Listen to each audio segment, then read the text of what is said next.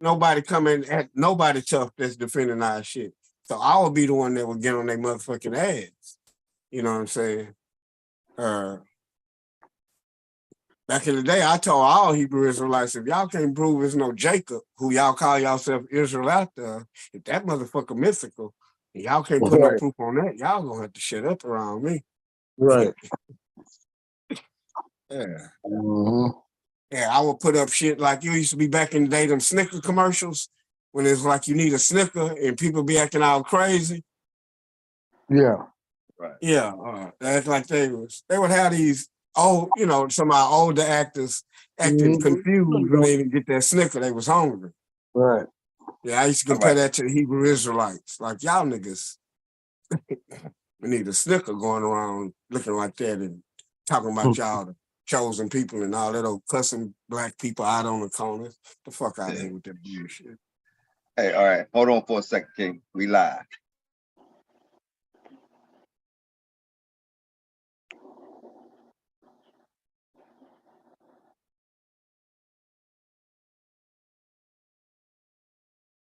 Time for us to fail, and I don't know what to tell them. I'm scared what to tell my kids, y'all. We live in a system that's designed for us to fail, and I don't know what to tell them.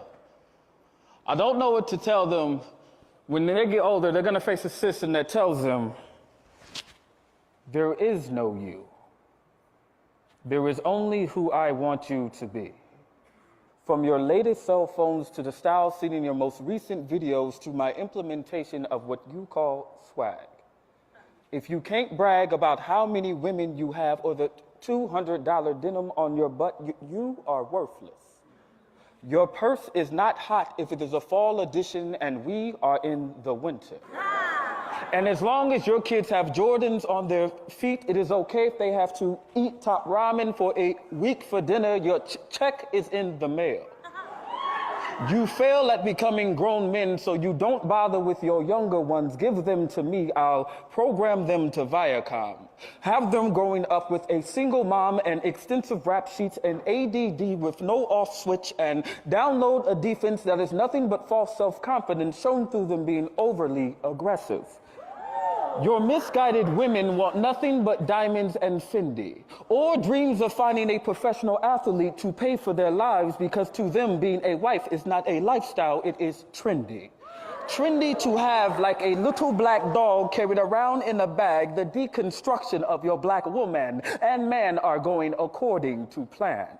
Flip the coin, and for those who have chose not to go down that road, make sure that any statement they make that may challenge their masculinity are followed by statements of insecurity. We can't have them thinking for themselves. Program dreams to be a mirage. Close enough to see, yet too far to reach. Aesthetics too pathetic, AKA camouflage. Allow them to blend in. Keyword, trend. Downtown corners full of rappers who refuse to give up even though their stuff sucks, but will allow them to say their piece. At the very least, it'll make them a quick buck. Any more success initiate operation exploitation. Throw them a bit more cash. I am the system. Programmed to initiate commands. You Negroes, you people, are programmed not to ask.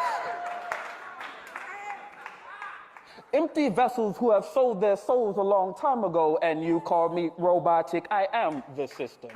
Systematically set to just do. You are systematically set to just do and not think, and you call me robotic. Error, redundancy, error, repeat, error, redundancy, error, repeat. Pardon me. I was scanning your culture's current popular music.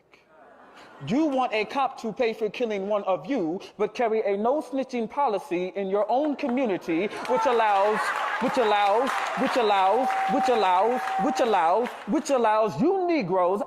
you Negroes, you people to have absolutely no accountability. Irony overload, reset.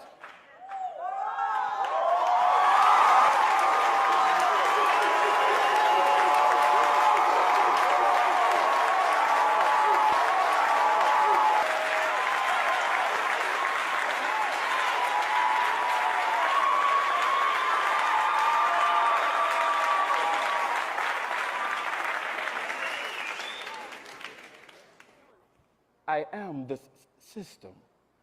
Systematically set to desensitize your senses, senseless activity surrounds your society, simultaneously making you love me while shaking in your boots. And for those who dare to overthrow me, allow me to remind thee, 'tis I who provides you with the land and seeds you use to grow your little grassroots. I am the system.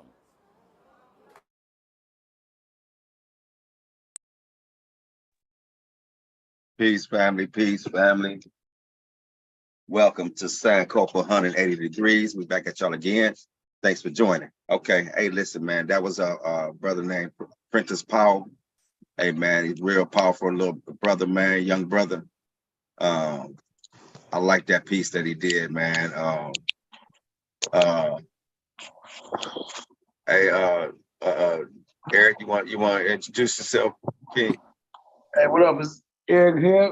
I'm in Mishawaka, Indiana, representing the Midwest. Here to share and support each other in a rap session. Peace, family. Peace, Eric. Hey, thanks for joining, King. And Gerald, King.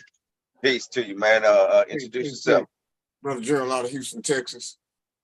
Happy to be here again. Friday, building with the brothers. And as I say, keeping it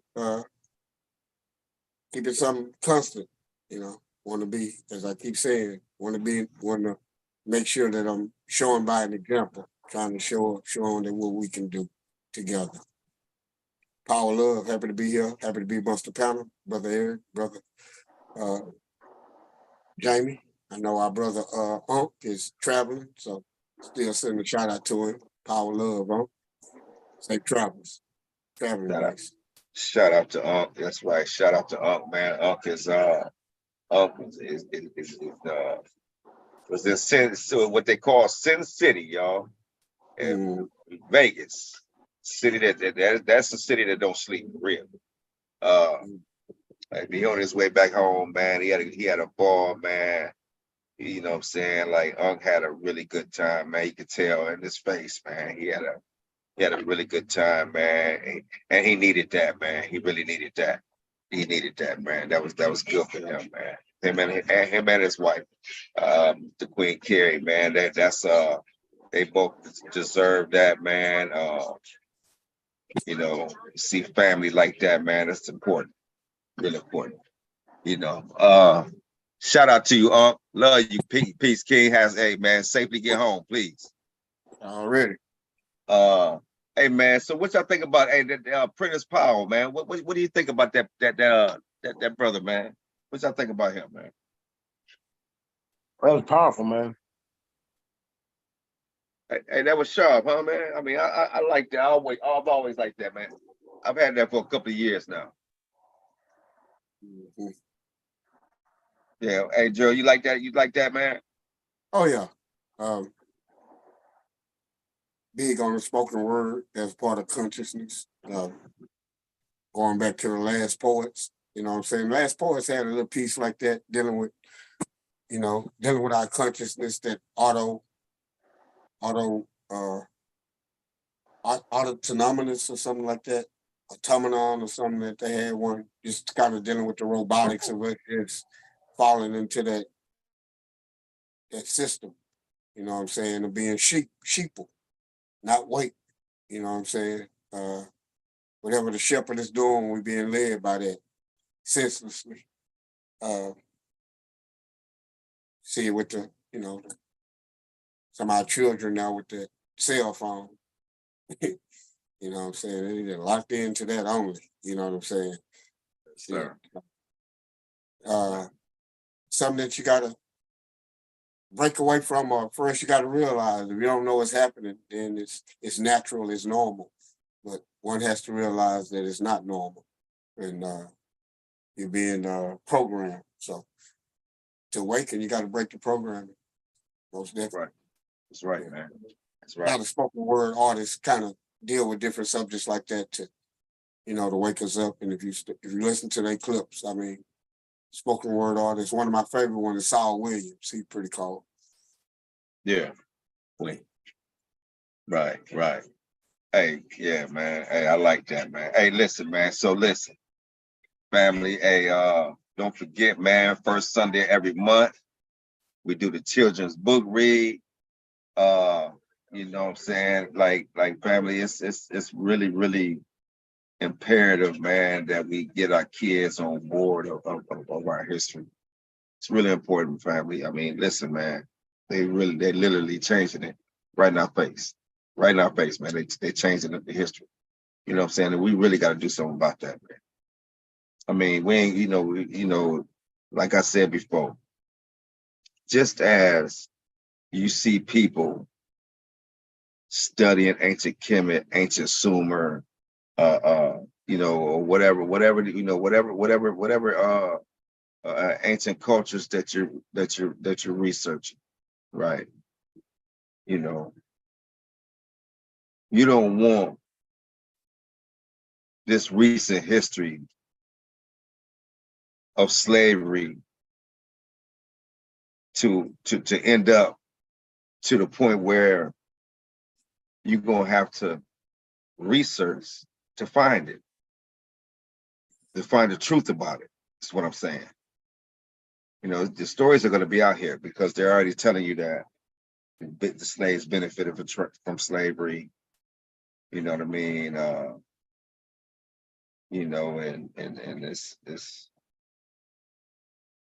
it's really, really, it's scary, man, when they can just change your history right in your face, man.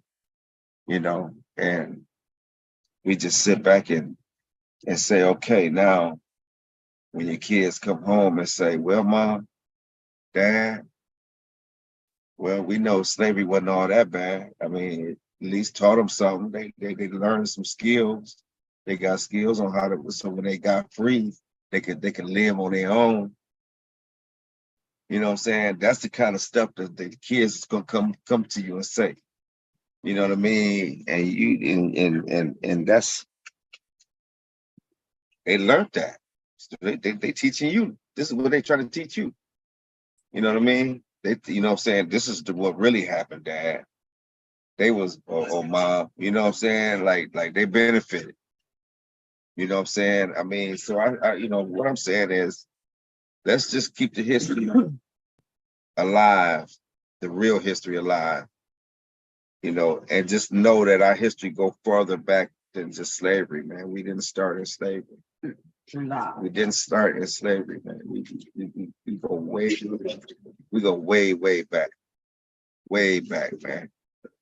Thousands and thousands and thousands of years back, family. Okay, I said, listen, man, let's get on this, man. First Sunday of this month, man. You can we win free books. We got good quality books, man. We giving them away, man. I mean, mail them straight to you, man. We do, we do the book. I mean, we do it's a wheel. Spin the wheel, put the kid's name on the wheel, spin the wheel. The winner get the free book, man. Mail straight to you, man. Free of charge, don't cost you nothing, right?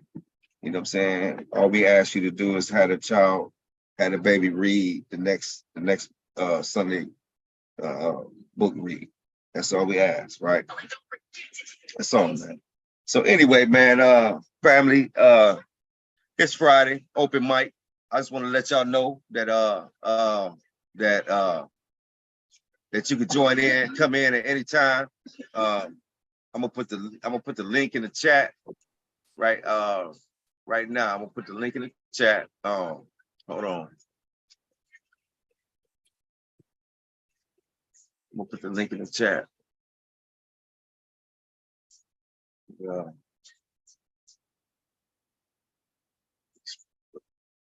Give me a second, y'all, so I can put the link in the chat.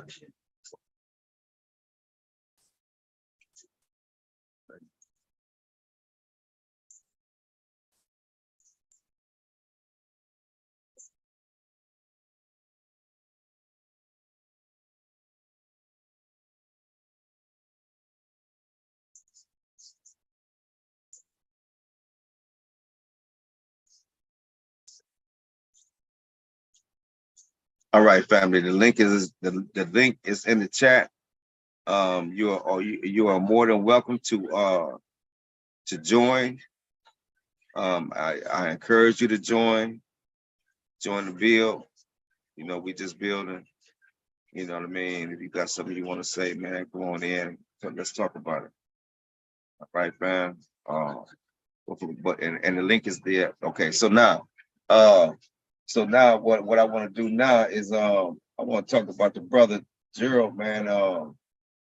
Brother Gerald he put this post up, man, and this post is, I think, it's powerful.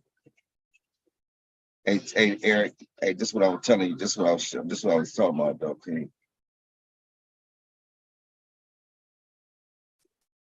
Right here, man. Here it go, right here. Now, y'all see that right there?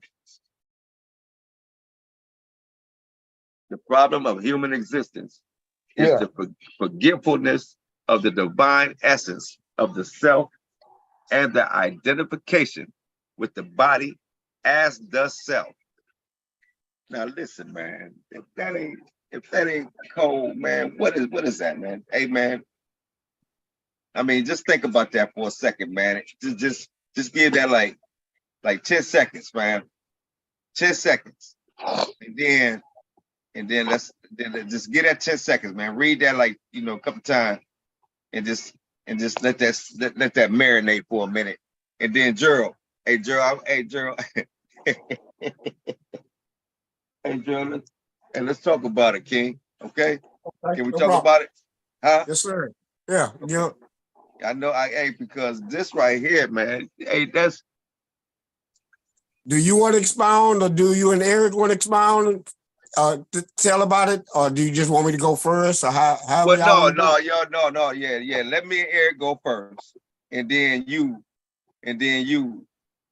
roll out. Okay. Okay. All right. Hey. So Eric, you want to go first? Or you want me to? It don't matter to me, man. Either way, don't matter. I'm right here. You can go ahead. I'll go. I'm after you. Okay. All right. So the problem of human existence. So the problem now. See, boy, this is cold, man. So it says the problem. So this is a remedy here, man. The problem of human existence is the forgetfulness of the divine essence of the self and the identification with the body as the self. Now, I'm gonna tell you, man, people used to think I used to, really, really crack up. Fall out laughing, right? When I used to tell people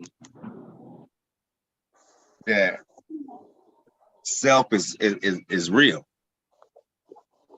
right? I used to tell people self is real. People don't think think about myself. Yeah, yourself is real, and it's just, and yourself is separate from you. From not separate from you, but you know what I'm saying? It's not. It's self is a whole nother entity, a deity, right? And so, because self is the one that always talking to you. And so, you know what I'm saying? So when you answer self, or self get to talking to you, it depends. You gotta, because you gotta be able to decipher the bullshit from self and the you know what I'm saying? Hey, y'all get me, man? Y'all don't get me, huh? Y'all get it? Okay, listen, man. I'm saying, listen, they used to trip out on me, right? Because I used to be like, listen, man, so you can't always fuck with self. You gotta sometimes you can't listen to self. Because self be saying some crazy shit sometimes too, right? So you gotta be able to decipher with self. But self is real. And so people didn't understand that, man, right? But this is it right here though. The essence, and people forget about this. Some people don't even realize they got a self. Right? Some people don't even realize that you got a self, King. Right? But okay, hold on, Eric, because the brother just popped off for a second. He gonna jump back on. Okay. Hey, but anyway, so the problem of human existence is the forgetfulness of the divine essence of self and the identification with the body as the self. Know thyself. So, you know, that's what that that's where you got to remember. I'm gonna wait on the brother, man. So Yeah. here, I'm gonna wait on the brother.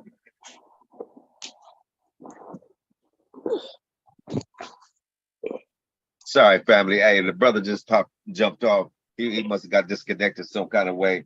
Hope his battery didn't go dead.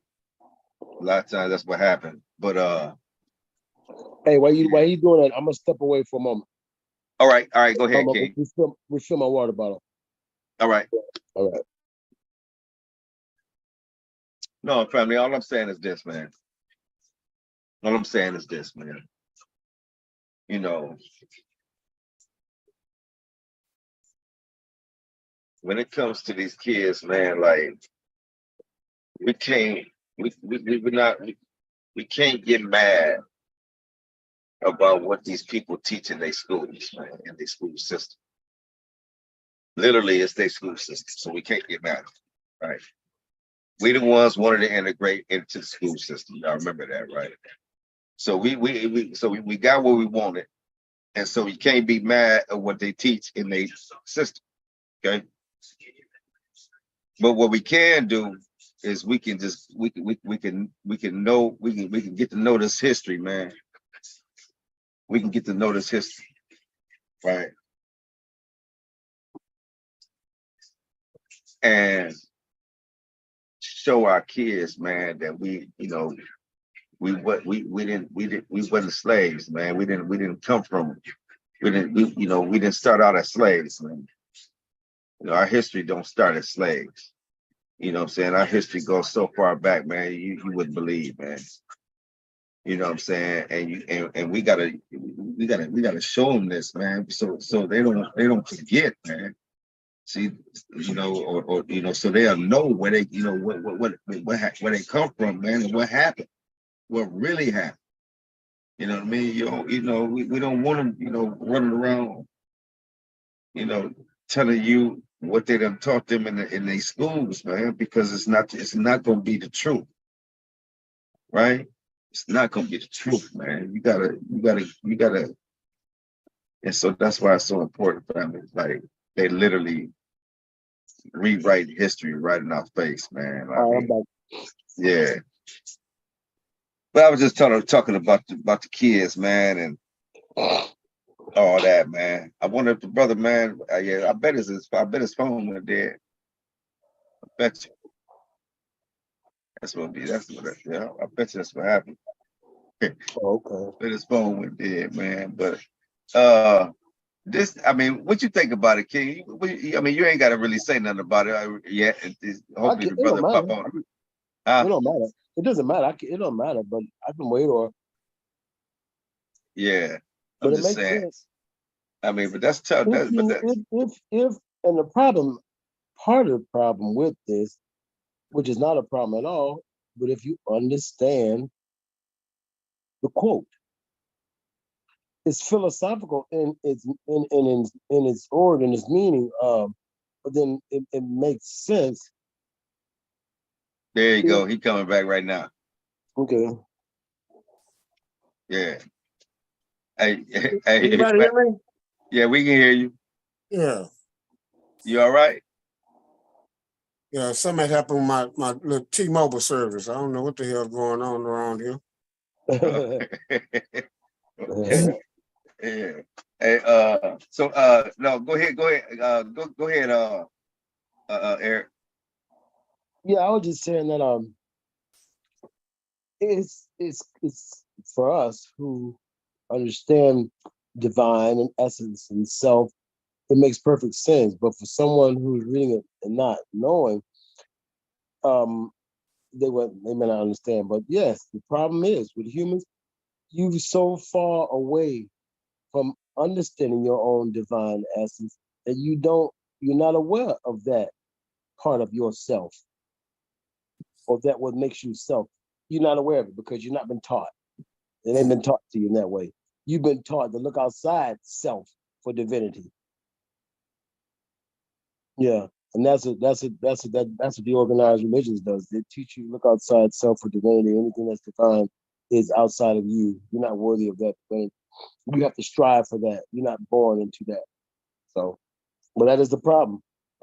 It's a memory thing, or it's a forgetfulness thing, because yes, there was a time when that was part of our daily conversation. There was a time when that was part of our daily community living. And we had things around us that reinforced this understanding. And we were able to see those things on a regular basis, so that reinforced the knowledge and the information. We were outside of nature itself being a great teacher. One of the greatest things we ever did was build visual aids to assist in the storytelling of the human condition and the human understanding of all aspects of the world around them. But yeah, man, it's a beautiful, beautiful statement. Beautiful statement. But you know thyself. That's what we must do. Must try to do anyway. Right, right. And so whatever, and so it's dealing with remembering, King, and realizing, that that you have a self, King. You know what I mean? And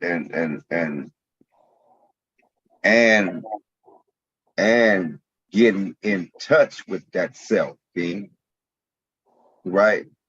Yeah, man. Like this is so cold, man. Identification, self-identification with the body, man. It's like getting in touch with self. King, go ahead, Gerald. Go ahead, King, yeah, because this is I like this. I think it's my understanding from Kemetic wisdom. Okay. So at the bottom, it actually says, know thyself. So how does one identify? The problem of human existence is the forgetfulness of the divine essence of this. So either we know that or we don't know that we are divine. Either we accept that or we reject that. So the problem becomes with the forgetfulness of who you truly are, which you are a divine being. Every morning on my social media page, I greet every morning grand rising divine beings. That's me trying to make them remember, you are divine. If something come out in your day or something that goes against that, hopefully my morning post, which should be one of the first positive things that hit you if the algorithm is coming right, is a remindfulness of your divine self. Now, whether you forgot, whether you don't know, and you start identifying with the body as the self, hence the problems. The biggest problem is what we call death. You know that body gonna die. And from that, knowing that the body don't gonna die, and if you identify with the body, you can be programmed by that simple fear. And what you fearing is the ignorance that you don't know of who you are. Dealing with this divineness, forgetfulness of the divine essence, is to speak on what that is also. When you start talking about divine, and we went over that through different Friday nights, talking about what is divine, what is considered divine. You'll hear definitions connecting with something with godly. We know in our understanding that the word godly, when we go back to our original culture, is dealing with netter or nature. And right then the light bulb comes on to us. We are netters. Netter is another word for divine being. The netteru were divine aspects of the one. We are divine aspects of the one. That's what our true nature is. That knowledge takes away the fear. Okay, now that I know, okay, my body's still gonna die.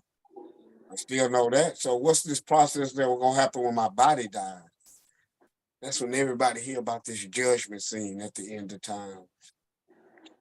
We can go right into the Asarian resurrection or the Pert Imharu, the book of coming forth by day, and it'll show you how our ancestors understood this concept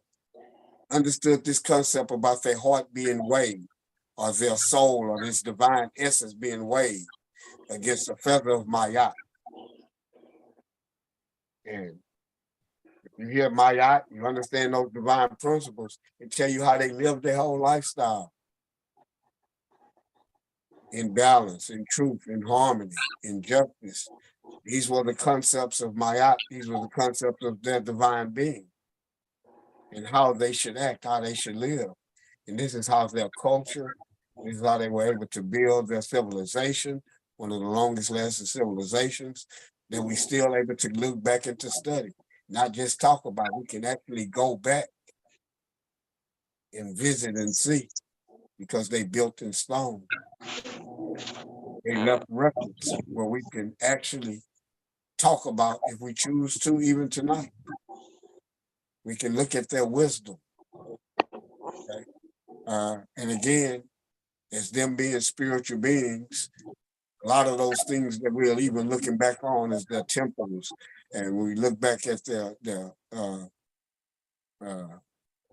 tombs, where a lot of this information comes from, they're screaming about how they're divine, how they're immortal beings, how they're eternal beings, how they're one with the Creator.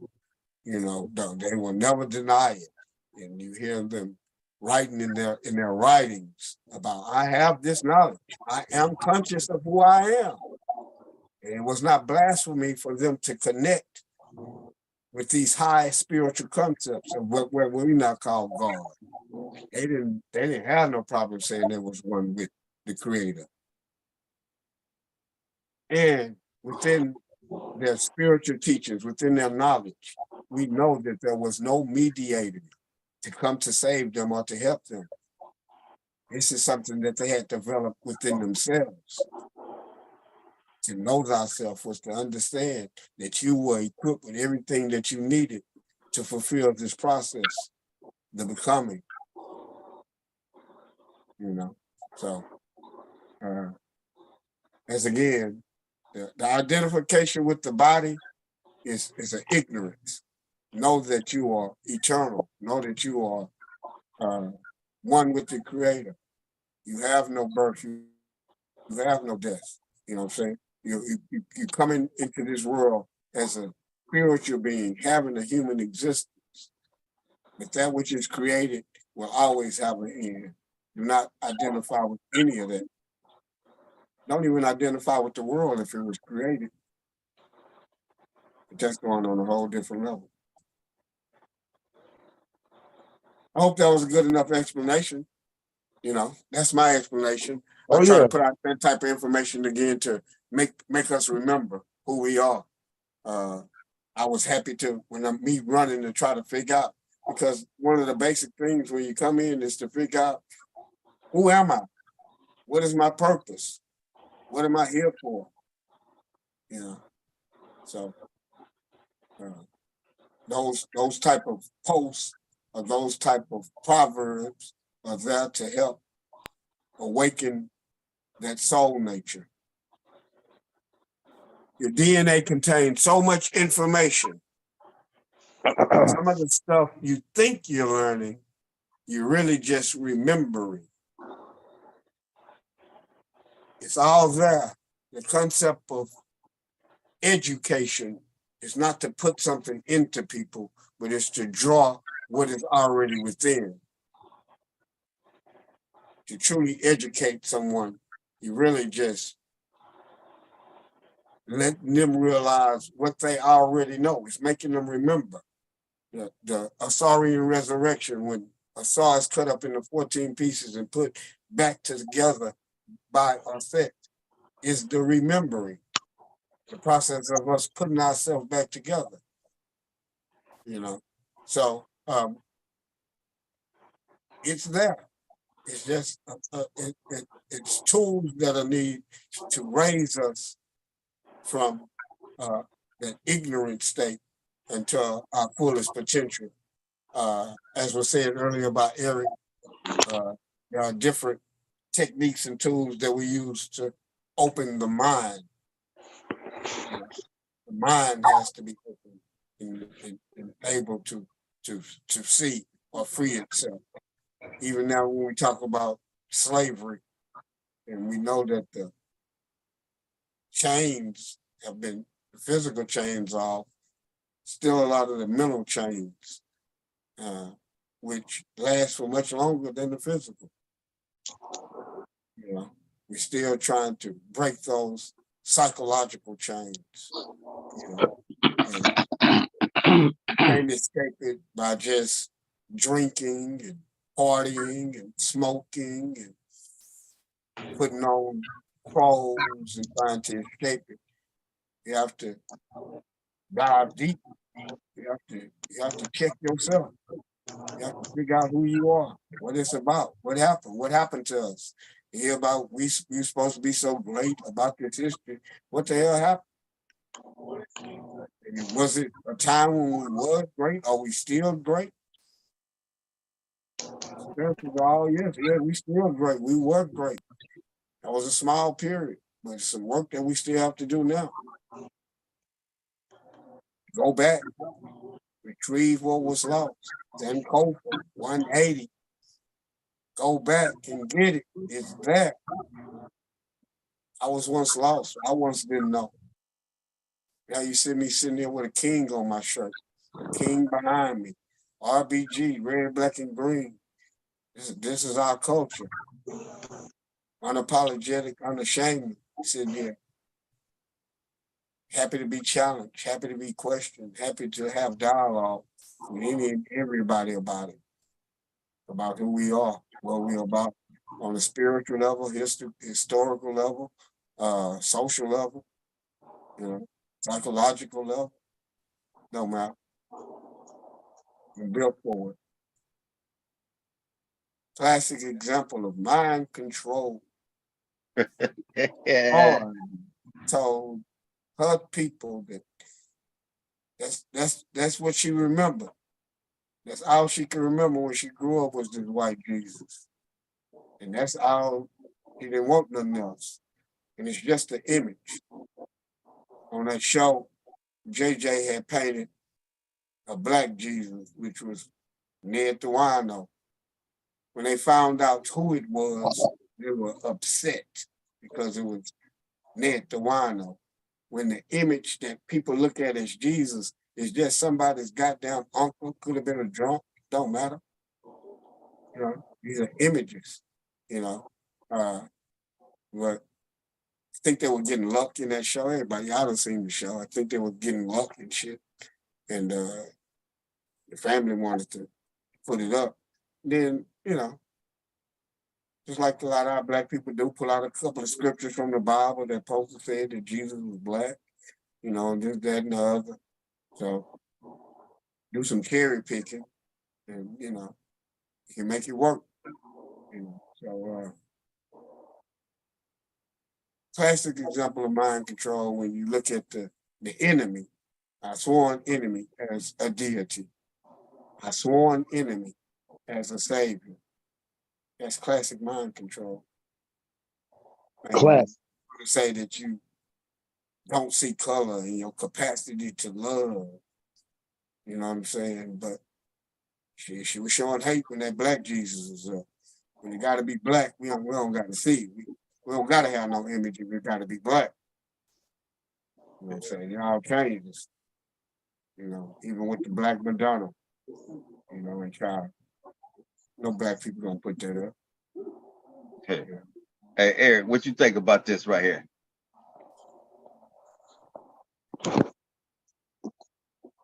Perfect example of mind control. It speaks for itself. That's it, huh? Yeah. But see, you wouldn't know that, man. If you've been confined to just learning this and that's it, you wouldn't know that people originally, and most time, long time, groups of people created a concept of God that look like them, that resemble them. But like you say, with the whole telling you what to think and all that kind of stuff makes you accept. And then when people who look like you accept the shit, that's the bad part. We were born into this. I was born into this.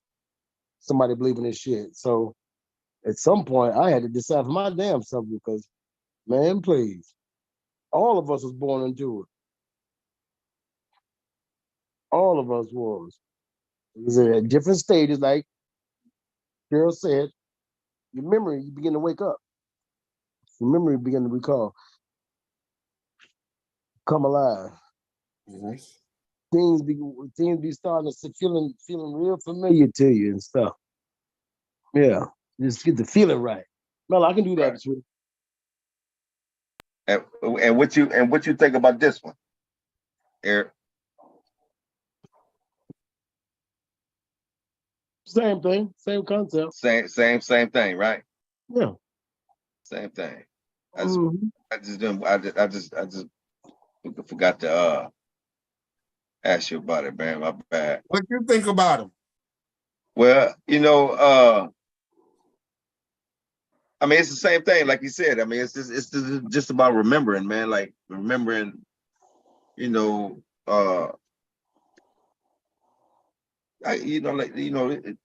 goes back to knowing thyself, man. You just got to know thyself, King. I mean, We can get into like say you got some people will get into the very talking on that high level. You know what I'm saying? Yeah. So on a high level, I'll say some shit like, well, it's in our cells, man, and our cells can regenerate. So our cells, and our cells will remember you. But really, that's true. Cells, you know what I'm saying? DNA and whatnot. It just, it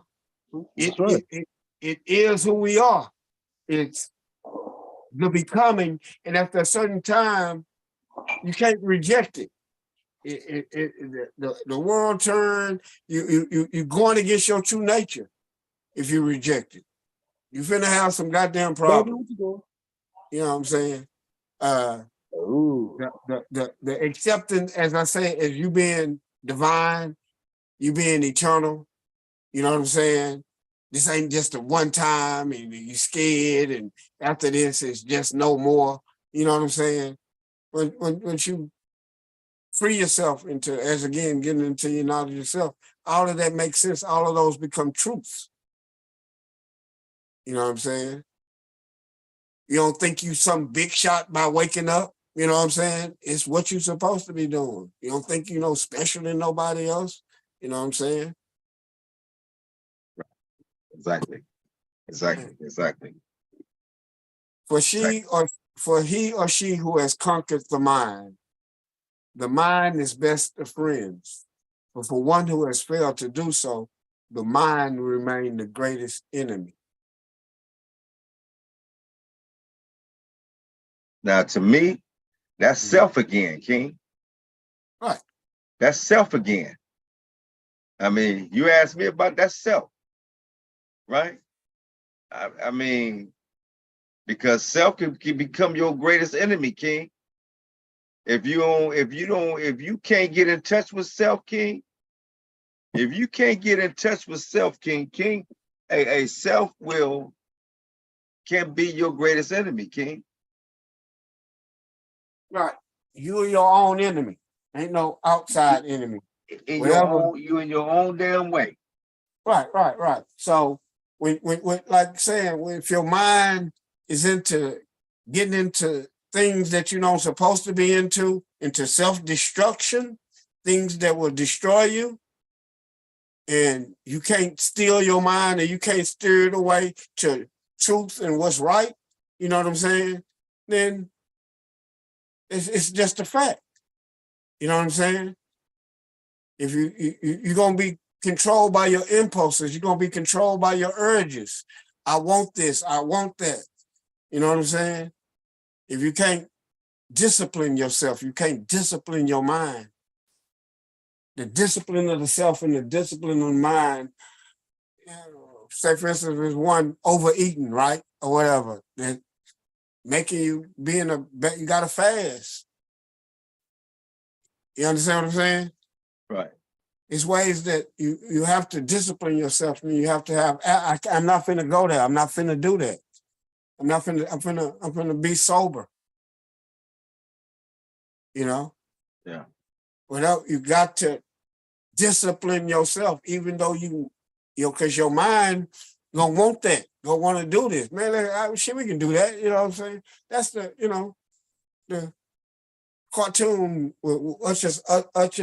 so I'm not that old, but for us around the 50, 60, we all grew up with the cartoons, and they would show the good angel and the bad angel.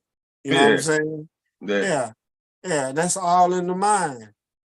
That bad angel is that if you ain't conquered your mind, it's finna get you to go do some shit. Come on, man, let's do it. You know? Yeah. And the other mind telling you, no, chill out, man. There's gonna be some trouble if you do that. Right. You know, that bad mind punch him, because they're gonna make the good mind weak. That devil gonna beat the shit out that angel. Whap, shut up, That's you not being able to control yourself. That's an internal battle that's going on. Yeah. We'll hear Christians saying, who at work today? The devil busy. The devil busy. Yeah. Trying to blame some scapegoat. Yeah, for your action. Yeah, it's no scapegoat. Yeah, exactly. It's your mind. That's how I look right. at it. You got to conquer your mind. Now, again, on the opposite, when we see that at the worst level, it's our brothers and sisters who have mental conditions. Sometimes our brothers and sisters who got mental conditions still are drawn into trying to get knowledge. You know what I'm saying? And they be crazy as hell. They'll say some cool shit, but you gotta watch. They be crazy as hell. But some of them are drawn to this knowledge of self. You know what I'm saying? Yeah. Yeah. It's just sometimes their mind is just, and sometimes we're gonna come in contact with people like that ourselves. Their mind ain't ready for it. No. Yeah. You sure right about that. Yeah. Hey, Eric, what you think about this?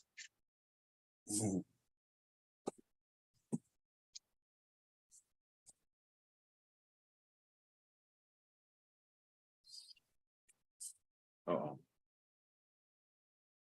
Eric, you there? My fault, I was muted. Yeah, we're here. What you think about that? I agree, man. It's about the same as the other one. Falls along the same lines. Is that you don't know who you are, you struggle with your mind, struggle to understand how your mind works. Shit, that's the kind of work I do every day, teaching people how to use their mind. So I totally understand that one. Yeah, if you don't understand how your mind works, it can become your worst enemy. And like I said, it'll it'll create obstacles. You'll create obstacles for your damn self that ain't really there. Didn't have to be there. You know, and you've probably heard people say things like 80% of the shit you worry about don't even come to pass. So a lot of people battle with the man. That's where we get issues like mental dis-ease, mental illness can also come from a mind that is unrested and, without the proper information put in it. That itself, I believe that itself can lead to mental damn illness. Dealing in this world, shit. When you start implementing teaching the Mayat in schools early on, the preschools and teaching things like that, I think you start changing a whole lot of stuff. And you have parents getting involved with it. But the whole point is, yes, if we strengthen the mind, yes, we strengthen the body, we strengthen our spirit. Sure. This temperature dropping out there. Yes, sir. Yeah. Hey, yeah. And that's all right, man. I mean, this is I don't know, man. You know, people. I think people like people are scroll past this, right? They'll scroll past this, man. Like, because any, especially if it's in opposition to their belief, and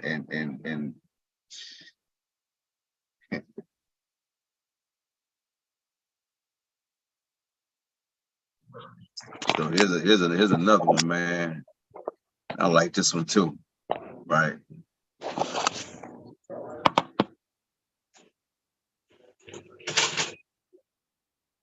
See this one right here? Yeah. White America has seen it. Hold on. White America has seen to it that Black history has just been suppressed in schools and American history books. The bravery of hundreds of our ancestors who took part in slave rebellions has been lost in the mist of time. Since plantation owners did their best to prevent any written accounts of uprising. This is Dr. Huey Newton. Dr. Huey P. Newton. So during his time, he was saying that basically American history has been suppressed because a bunch of American history is still dealing with a part of Blacks who have been slaves. And hold on, slaves. Hey, People Gerald, who have been. Yeah. Gerald, hold on, one second. Hey, I see Unc just popped on. You see him? I got my. Unmute yourself, Unc. Hey, I'm just on for a minute, man. I'm driving down the road, so Gary just reminded me. Hey, how you doing, man? You all right? Yeah, I'm doing good, man. I'm doing good. We just on our way home from Vegas.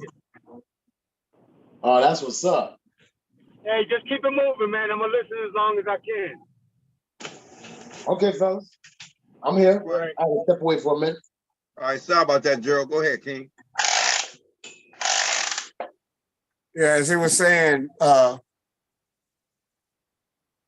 American history is going to be suppressed because it has a history of rebellion. And they don't want to teach that history. That they want to teach that America was the greatest country that ever was, but in that history, it was built on the backs of our ancestors.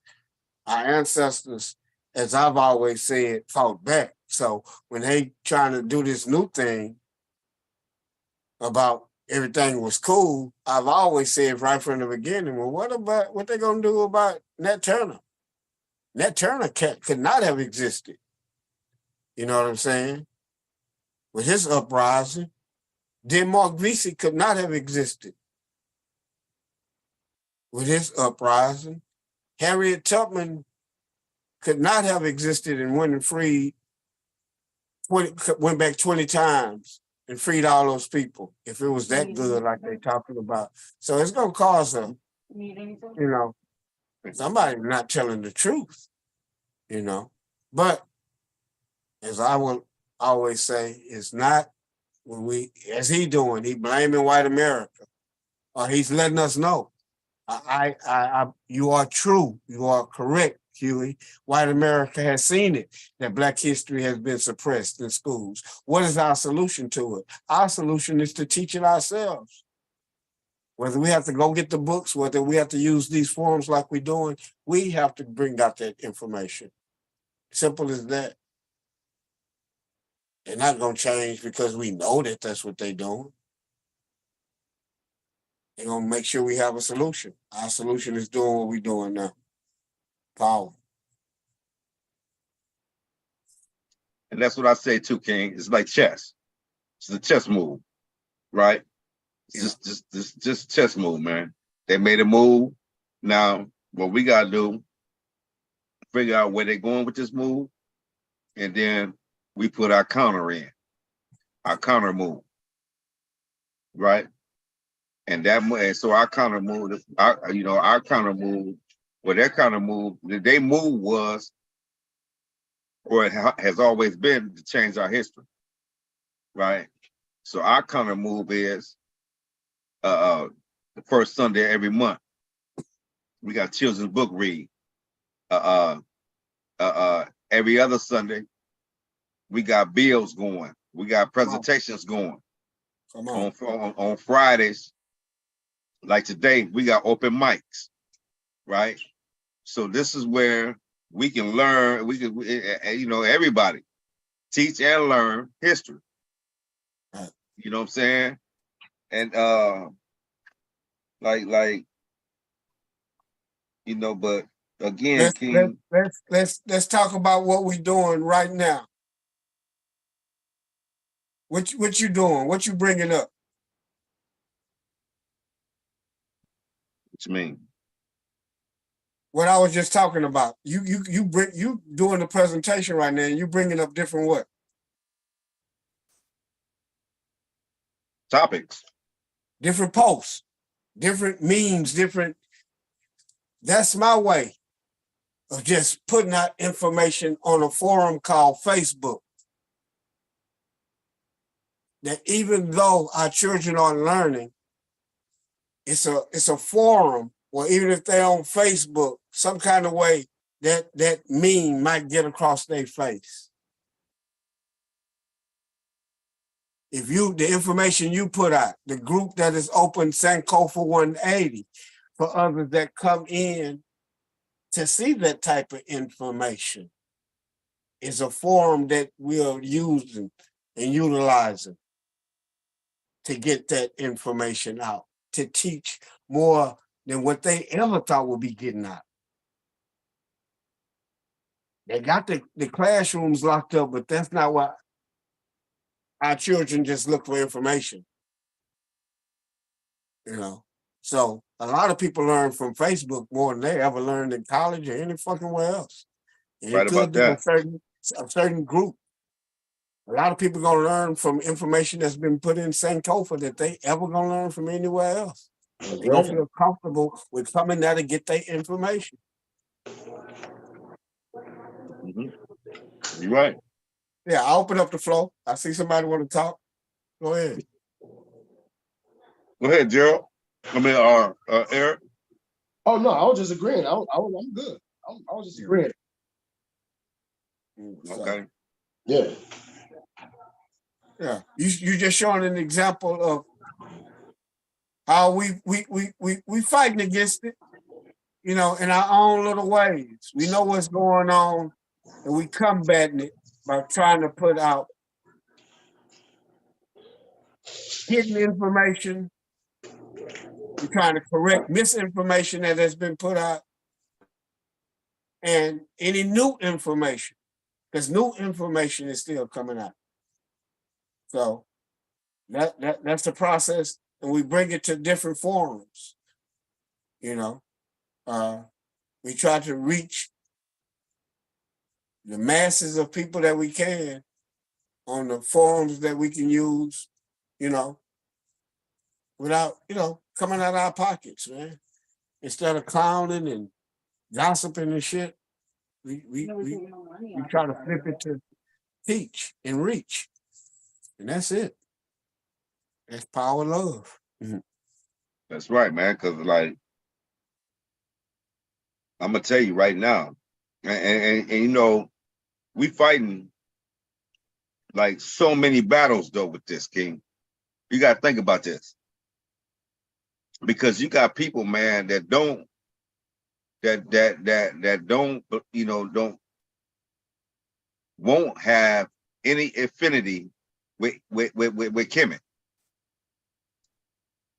You will have people, you got you got people that think that there was no slavery, or you know, right, or the people here wasn't slaves. I mean, and then you got other people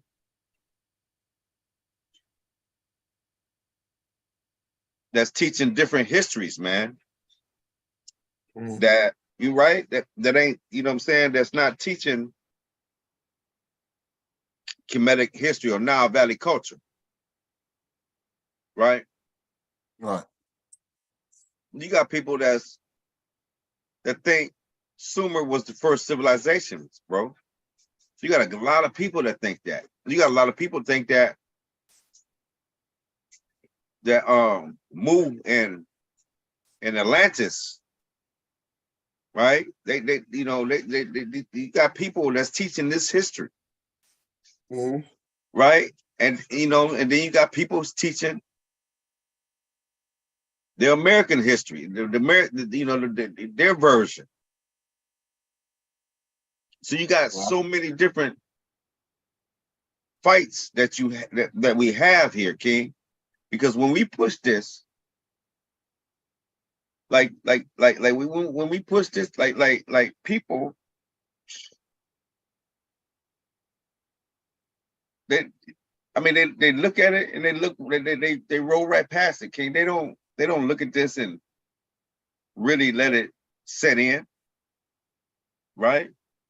Because they don't, because you know, and then you show somebody some in Kemetic or Nile Valley culture, and then they be like, but them ain't us. That ain't my people.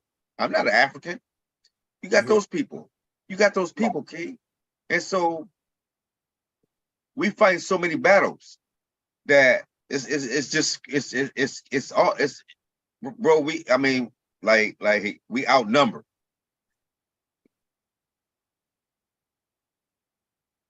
You got the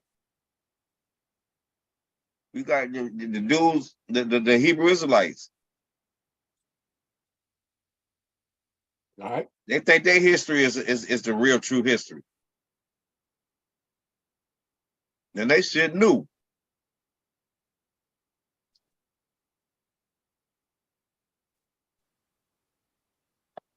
Well, you got, you know what I'm saying? My whole thing is knows ourselves.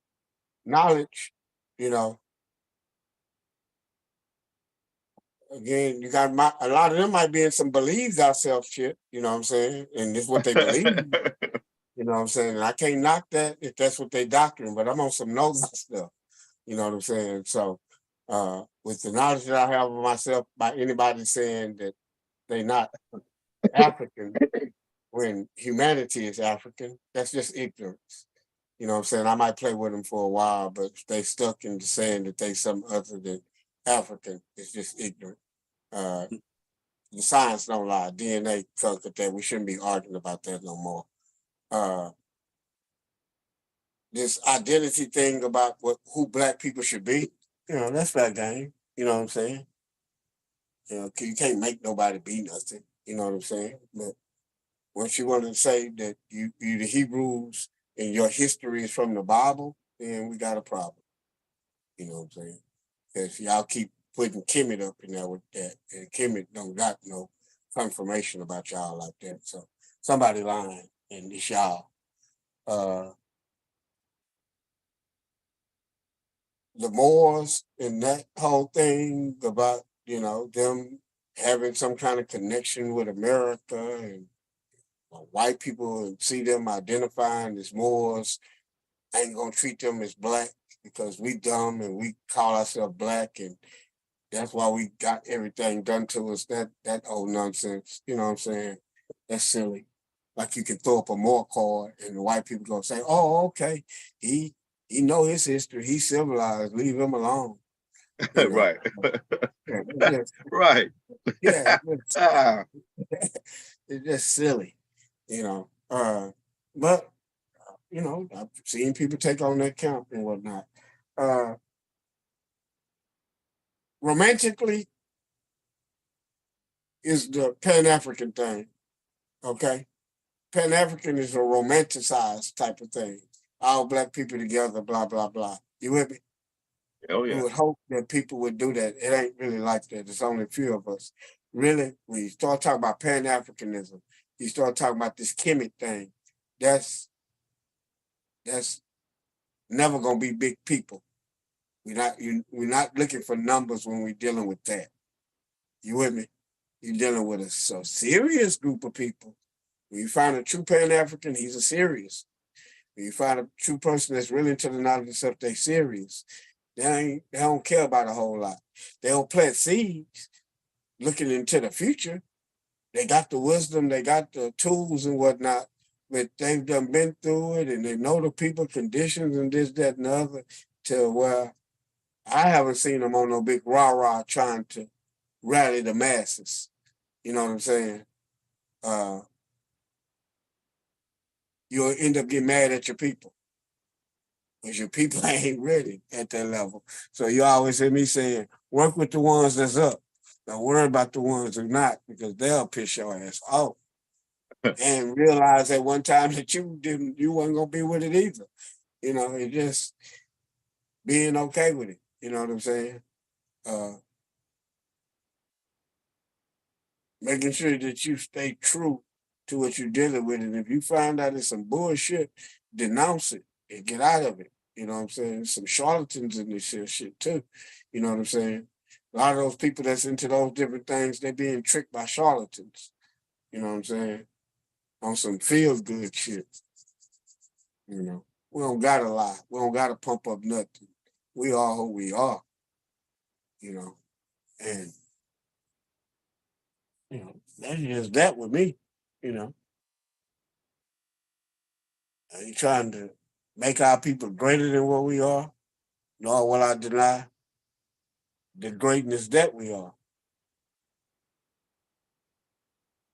Yeah, I would never doubt it either. The thing is like I said, you know, yeah, we'll never have, that utopia to the point where everybody is, you know, uh, parlaying and powwowing. Right. But I'll tell you what, man. Uh, uh, we got a lot riding against us when it comes to pushing this history, King.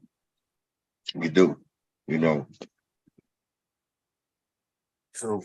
And a lot of it be, and you know what's kind of sad about it, King, is most times it's the women. It's the women that's the, because most times when you look at the churches, it's mostly women in the church. Mm-hmm. Hey, I sent the message. I sent the message to you guys to ask Eric to read something that he's been studying. Who? I sent the message to everybody, but to ask Eric to read something that he's been studying. Eric? Yeah. I'm here. Hey, you see it, Eric? Yeah. What do you say? What do you want me to do? Hey, Eric, why don't you read something that you've been studying, man? Okay, hold on for a minute. I got something for you. Yeah, Hey, you know he got something. Hey, you got to show receipts because I know you a smart guy.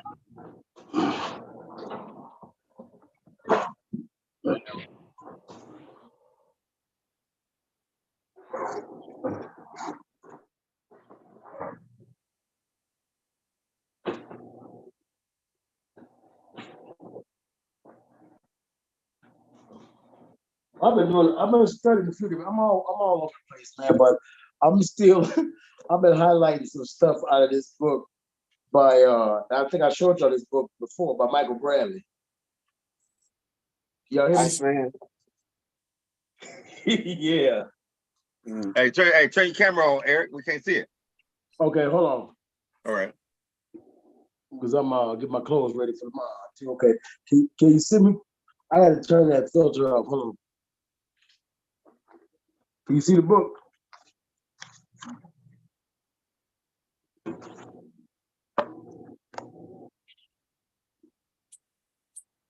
Can you see it? No. Hold on. The Iceman Inheritance. I see it. Yeah.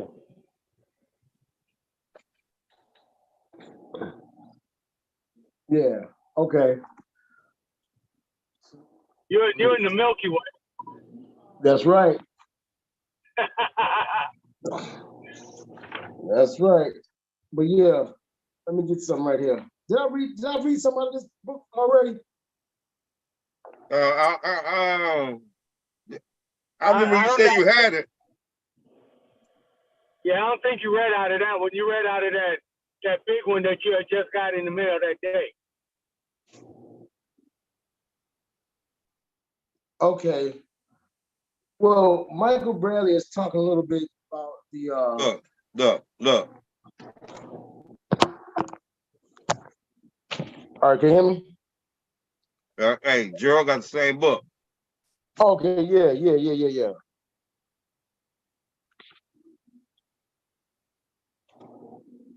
Prehistoric source of Western man's racism, sexism, and aggression. Yeah. And I just highlighted something I thought was interesting.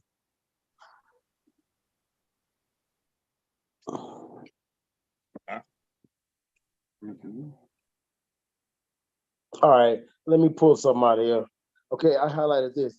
Okay, right before, history is not merely a listing of past events in more or less chronological order, a mechanism which satisfies most other races. Our history incorporates explanation and analysis as justifiable and necessary mechanisms for dealing with the sheer volume of data. Of all human societies, the Caucasoid racial group has managed to structure the least stable. Our small corner of the world has been disproportionately busy making history, far from knowing himself, as the meaning of the word philosophy suggests. Western man is quite frankly baffled by his own behavior. We have not contented ourselves with the mere invention of history. Our bafflement has demanded attempts to come up with a history of history. Did you get what he said? Did you get what he said, man? Yep. Could you understand? He just said himself. He far from knowing himself.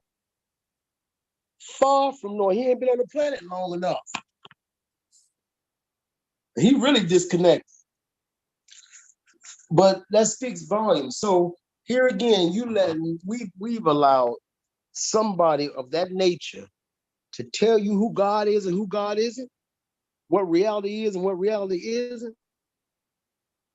No, come on. That right there, what we already knew, most of us already knew. He unstable to lead anybody anywhere. Better sit down and become a student. Can't lead you no damn well. Nowhere. And Dr. Clark said a long time ago, he ain't done no good to you and wasn't no good for you since the first time he laid his eyes on you. It was about to prey on you. Yeah. And ain't nothing changed. So I find that very interesting that a lot of these folks know who they are, man. And they know what drives them. Greed drives them. Control drives them. And so understanding that, I understand everything they would try to do to try to counteract truth. And that's to teach your kids. Because you didn't already send them to their school. So shit, all they can change the curriculum all they want to. It's a public school. But the wheels whooping their ass and whooping their crib before they get there. On their way, when they get back, the school will be like the comic book. And the real knowledge and real teaching will be at home.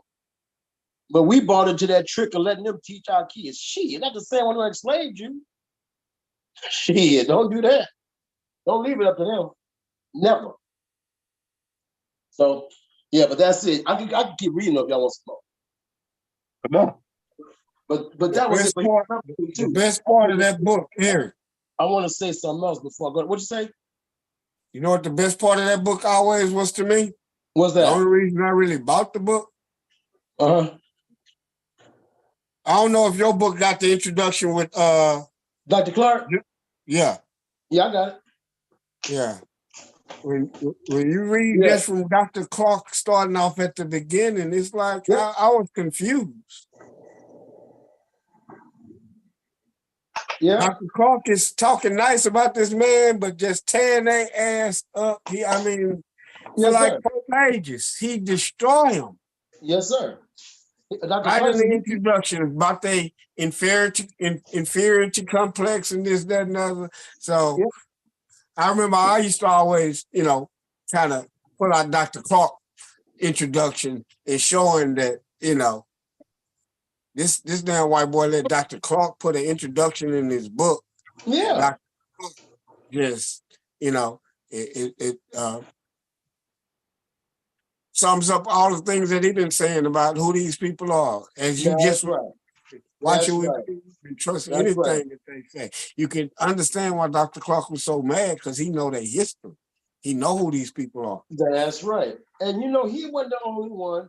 Church Ward knew who he was dealing with. He knew his people. Church Ward, Gerald Massey, they knew. They knew. Yeah. They knew that. Alvin Boyd Coon. Alvin Boyd Coon, I got his book too. They knew. He knew. Yeah. Radical writers. It's a historian. Get that white boy name. Davidson. I don't know if you heard of Davidson. Davis? Basil Davidson. Yeah, Basil Davis. That name sounds familiar. That name sounds real familiar. What book did he write? Got a book called African in History. Yeah. Africa in History. Oh, African History. Okay. Let me see the book. He got a couple of old video clips. He was one of the first white boys that would tell you that the Egyptians was black. Oh yeah. Okay. Yeah, it was only a few of them. Some of them are mentioned that they wasn't white, but they won't say they black. He was one that was saying, "Nah, they were black." Shit. Hey, I bet you his ass didn't have very many goddamn books either. He got a couple. No, he got a bunch of books. The key is we don't know his name. They will shut his name down. That's right, because they ain't buying that. You keep on talking that. They lucky they ain't killing. Well, they used to call them some shit that they call them Mela something.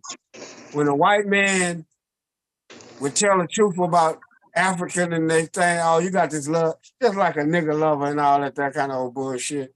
But if you did that student scholarship, they finna your name and they're not gonna mention your name no more. And then once they don't mention your name, you like nothing. You don't get your shine on. That's right. You don't get the notoriety. Right. That's right. That's right. Yeah. So yeah, man. So go ahead, Eric. Oh yeah, that was it, man. The point of me highlighting that was again just to show, like what Dr. Carter said, is that they have been doing this for 1,000 years, been preying on you. You know, so it didn't just start. It didn't just start. So the strategy is to learn their history, learn who they are, study them, as well as you study yourself. Yes, yes. Yeah, yeah, yeah. And Dr. Clark said, Dr. Clark said Schomburg told him that. Arthur Schomburg told him. Eric, I was just about to mention that. You just took Yes, the sir. words out of my mouth. Yes, sir. Yes, sir. From Yep. a master scholar, historian, he tells you that story. And he went to Schomburg, asked Schomburg, hey, give me all the information this forth right now. I want to know it on your fucking lunch break. Right. Young man, the stuff that you talking about, African history is world history. That's right. What you need to do first is find out why those people conquered you and who they are. How did they get to own everything? And that went on. That's what went on his research. He went to learn about them first. Yep. I hear you, E. I hear you. Yeah, man. So with that said, man, we just got to keep on grinding. And you know, I study the continent of Africa, and I study the world. I study nature. I study the sky. So, and I like to see how all this goes together. But that's kind of where my interest is, you know, across the board, man. Put it all together. Yeah, because even them videos I was showing y'all about them Hausa tribes, man, there's so much for me that I gather from sitting watching them brothers and watching them and doing that thing in their, you know, in their natural world. That's a hell of a thing, man. And then so putting it all together for me is just fascinating. And then seeing how much they were studying nature to learn about nature. And just yo. Hey, that brother shot a bat in the damn near dark. Yes, sir. Well, it was daytime. He shot a bat with an arrow. Yes, sir. Yeah. Bad boy. Yeah, that's crazy. Hey, listen, man, that is crazy. And he was, and then he shot the baboon. In the dark. Yeah. In the dark, man. And then a little tiny bat in the daylight. Yeah, that's crazy. Over 50 yards, King. Yeah. Yeah. And that was just a good estimate. Good estimate. So wow, man, that's crazy. Right.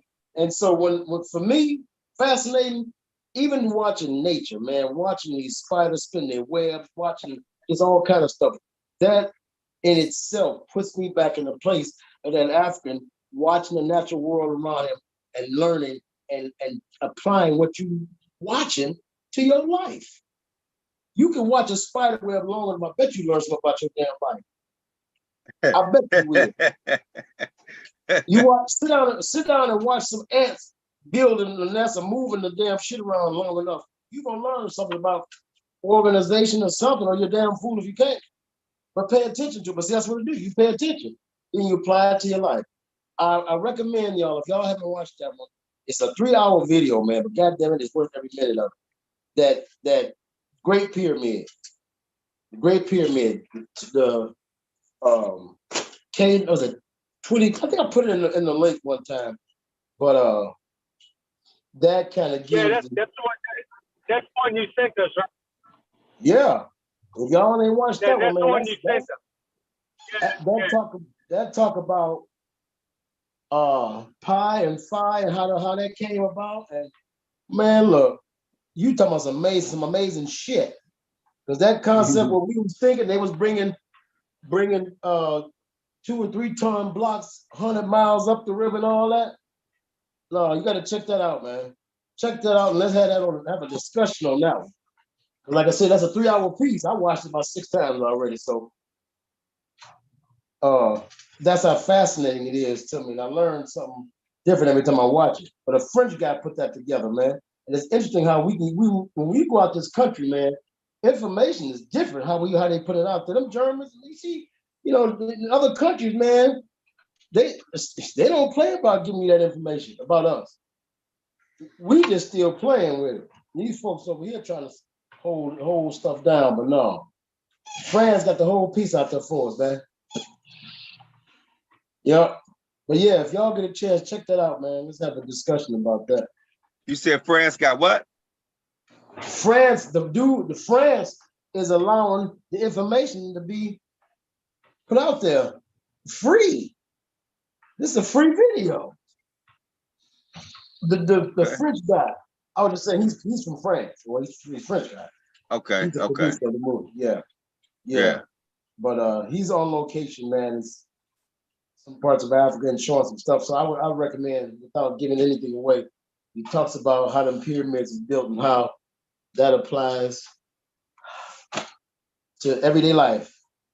How they understood nature and learned mathematics through studying nature, including themselves. Yeah. Right. But you got two things.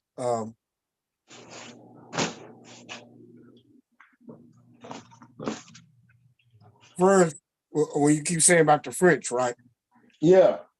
It's just the understanding of Egyptology, first and foremost. Okay. You got different views of Egyptology. We get most of our views from the science of studying Egypt from the English. Okay. Yep. That's Budge them. Budge. Yep. Yep. A couple of them little Couple Germans. couple Germans. Yeah. Yeah. Then you got the French. The French Yep. went in with Napoleon. The French was the first. Yep. When they went into Egypt, Yep. they went in with scholars and shit. Yep. Yes. They got a whole different. That's why you hear about the one who discovered the hieroglyph, Champollion, and all of that. Yeah, they look at the whole. So the French got their scholars. One of their ones that I look at is a dude named Hourung, Hourung. He called on it. Yeah. The Americans got on top a little bit dealing with they kind of went the alien way a little bit. They still play with yeah, they play with that a little bit. Yeah, the alien thing with the Sirius connection. But then they got some information coming out with Martin Baval and I forget that other white. Yeah. Natural Genesis. Yeah, all of that. So that it's different views. And then you got African scholars, you got Ashby, you got Raum Nephilim, you got them now dudes. That we connect with. And Dr. B and them who get the history but don't know the spiritual aspect of it yet. They're not deep into the spiritual part, Right. So them is all the different levels as far as when you say dealing with the French and whatnot. As far as dealing with that information that you're talking about, that's more of understanding Freemasonry.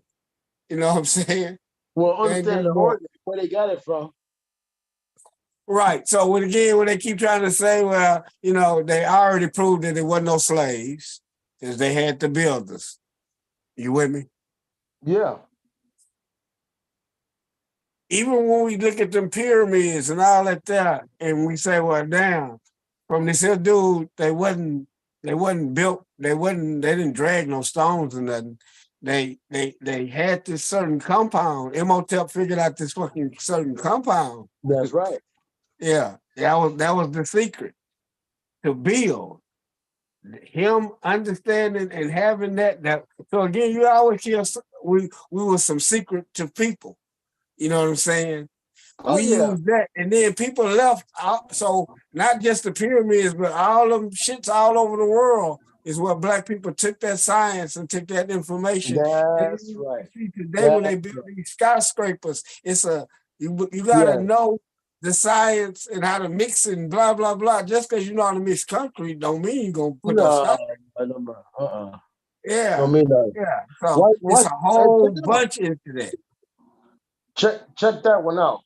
I'm telling you, that's fine. I sent it to one of the brothers that I studied with older guys, Phil in his 70s. One who got his website, I sent y'all a link to. He said that was fascinating. That was very good. He did a hell of a job, man, with the visual aids. That was really helpful. Right. Again, them studying the skies already. Again, when you start that astronomy, you'll hear them saying they was putting heaven on earth. So that's it. Once they knew it, it wasn't that's why it wasn't no off. The math is exact. It equals. My yacht. That's right. That's right. Yeah. So once they never even put no project until they knew it was, No, right, exactly. Yeah. No, you do lay the footwork, the groundwork first. Put the numbers together first, and then it's gonna line up. That's why. And not to get deep into this, but that's one of the reasons why them Africans were able to come over to the United States and look at the Mississippi River as a reflection of the Nile Valley. The Nile, the Mississippi, the Hudson, same thing. And they taught them folks about how to live and build around the river. Yeah, early. If they was in South America, they did it around the Amazon. It's same thing. The Olmecs, same thing. Yeah. Same thing, brother. Same thing. Because they was using, like I said, the heavens as the map of what below was gonna look like. They can make below look like. Yes, sir. Right. Yeah. As above, so below, heaven on earth. Yeah. So but check that out and tell me. And like I said, it's animated, computer generated images, but very, very well put together. And I would love to hear everyone's feedback on my critique once you look at it. Well, I've seen it. I know what you're talking about. Yeah. That was pretty interesting. Yeah, that was a pretty good. It's regular to me. Right. You with me? Right. He giving credit to the Africans. That's the only thing. By him giving credit to the Africans, and even in the imagery, sometimes people talk about the Africans, but they showing us we looking at fucking Asians and Arabs. You know what I'm saying? That's right. I hate that bullshit. That's right. He's showing that these are Africans. He's showing you know what I'm saying? Yeah. No denying that. He putting himself out. He could get his ass blackballed, as what we saying, for putting it out like that. But that's right. It's simple as that. He got a little thing where he stop and he say, stop, give the credit to the Africans. God damn it. Right. That's right. Yeah. That's right. Yeah. But that was a very, very, very pretty. It's a good. I mean, that piece I would assume as time goes on, in some universities probably using it. Some schools they're gonna probably be using that, man, as a teaching tool. I can see that.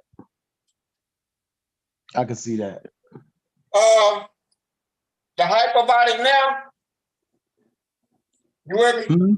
Huh? When you become black, they ain't gonna talk about it no more. You understand? Yeah, right. It's only being talked about because it could be white. It could be some other thing. Once all that shit squashed, they're gonna leave that shit alone. They're gonna not talk about it, just like they don't talk about any other great place. They can talk about all of Africa that way.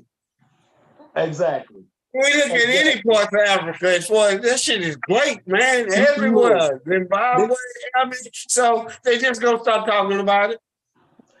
Yeah, they can spend all the time on just Africa, man. They ain't never got to talk about Europe, and they ain't shit to talk about for Hey, Gerald. Yes, Hey, sir. so talk about this right here, King. Oh, Justice for Alton Sterling, Baton Rouge, 2017. 2016, I think July 5th, we heard about the death of Alton Sterling. At this point, I was part of the National New Black Panther Party. By that weekend, I think that happened on a Tuesday or Wednesday. That weekend, that Saturday, me and my comrades were down there in Baton Rouge. I think we had about 8 comrades in Baton Rouge. We got down there, we met with the people, met with the family, protested just exactly what a protest was. The people had saw that. People come out who, you know, want something to happen. They seen their brother being killed in the street. They want something to happen.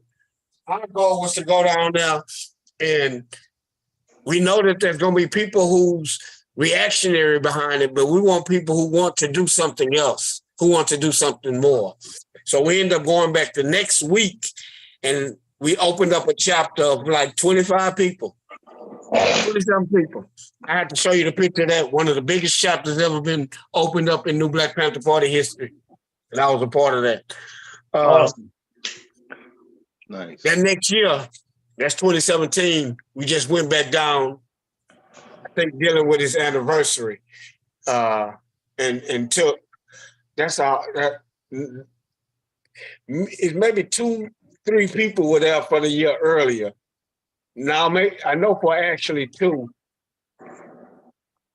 The third one joined, one person joined while we were there a year earlier. And all those other people are new people that basically that we had gotten out of Alabama, out of other parts of Louisiana, and some parts of Texas after the death of Alton Sterling, because a lot of people got involved and wanted to do things. After Sterling's death, it was a brother up in Castile had got killed. There was a lot of things going on and shit.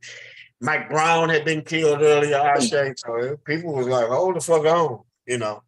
And that movement went all the way to basically 2021, all the way up into George Floyd.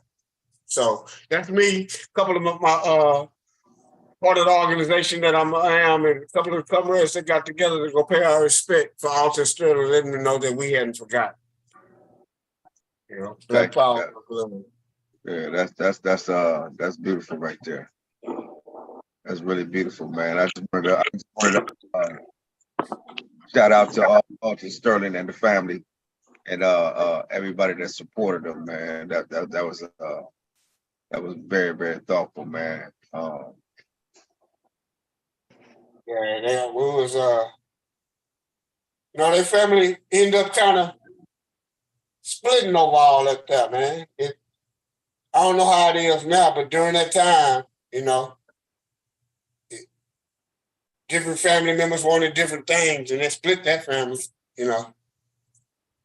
But yeah, I mean, I could see that, man. But I hope, they everybody calmed down and got it back together, man. You know what I'm saying?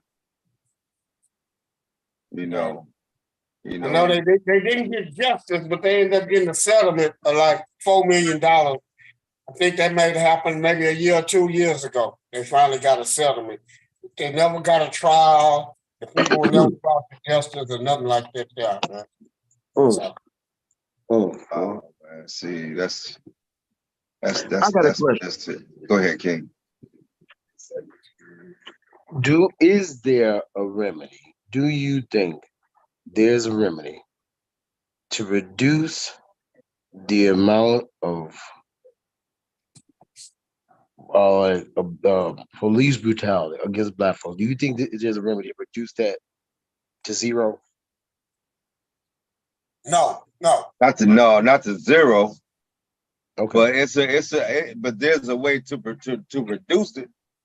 You can do preventive measures by having certain groups that are in your community that almost are there because it's almost like if they know you got some kind of proactive group there, that shit slow down for some reason. It just, they don't want the problems. You know what I'm saying? Which leads me, So that's why it's so important, man. And Dr. Small says that he said he recommends every Black person be a part of an organization. Because if you're not already a part of one, become a part of one. Because you need boots on the ground, you need all eyes on deck, you need ears and eyes, you need a network, a web of people 24/7 on alert, listening out, paying attention, reporting back, collecting data, doing surveillance, all kind of. You need all that. 24/7. It's a 24/7 job. 24/7, man. Because what they're doing and what they've been doing has been 24/7. 24/7. It's so you can't counteract that no other way but with the same strategic moves. 24/7. It takes organization, as you say. Yeah, man. Organized. And commitment. Yes. That's where you start having some real struggles sometimes. Right. With commitment. And I understand life happens to everybody.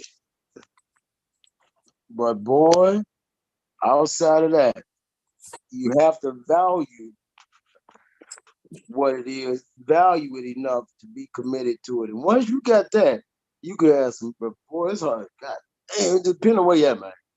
Telling you. And I'm telling you from experience, man, just trying to rap with some brothers in my area, man.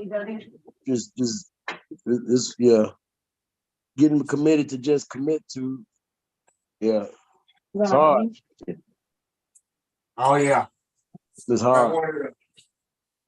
All the things I ever did do was commit to this organization that I'm a part of. You know, I'm used to just kind of doing it my own and, you know. Right. Not, using it as an excuse not to be a part of it because I know people ain't got their shit together, you know what I'm saying? But being committed to the people made that, all my little shit, the people was bigger than any of the little things that me and any other comrade or whatever. I had to have a bigger goal than our little shit. And that's the glue for me, the people. That's awesome. Yeah. I can't wait.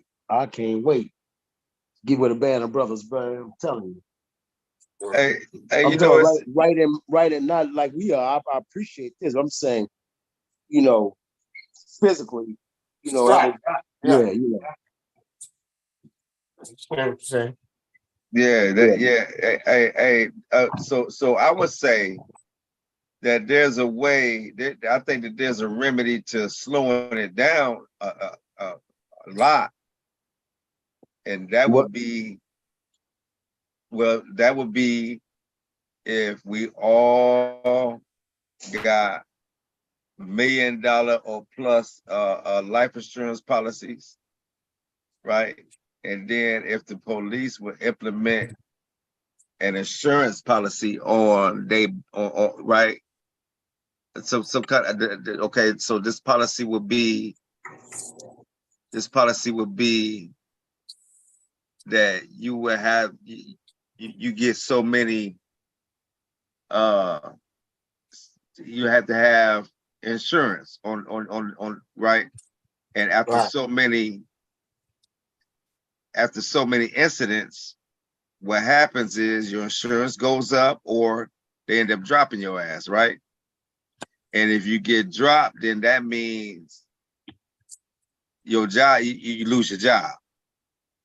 So you gotta have it right. So you gotta pay insurance, and then you gotta and so and every time you mess up, that's a strike on your insurance. Yeah. That was gotta pick that up. You gotta pick that up. Yeah. Yeah. Right. That would definitely slow some stuff down. right? Yeah, And a lot of then, people, a lot of them same people was wouldn't speaking in wouldn't terms come more. into that occupation. Yeah, huh?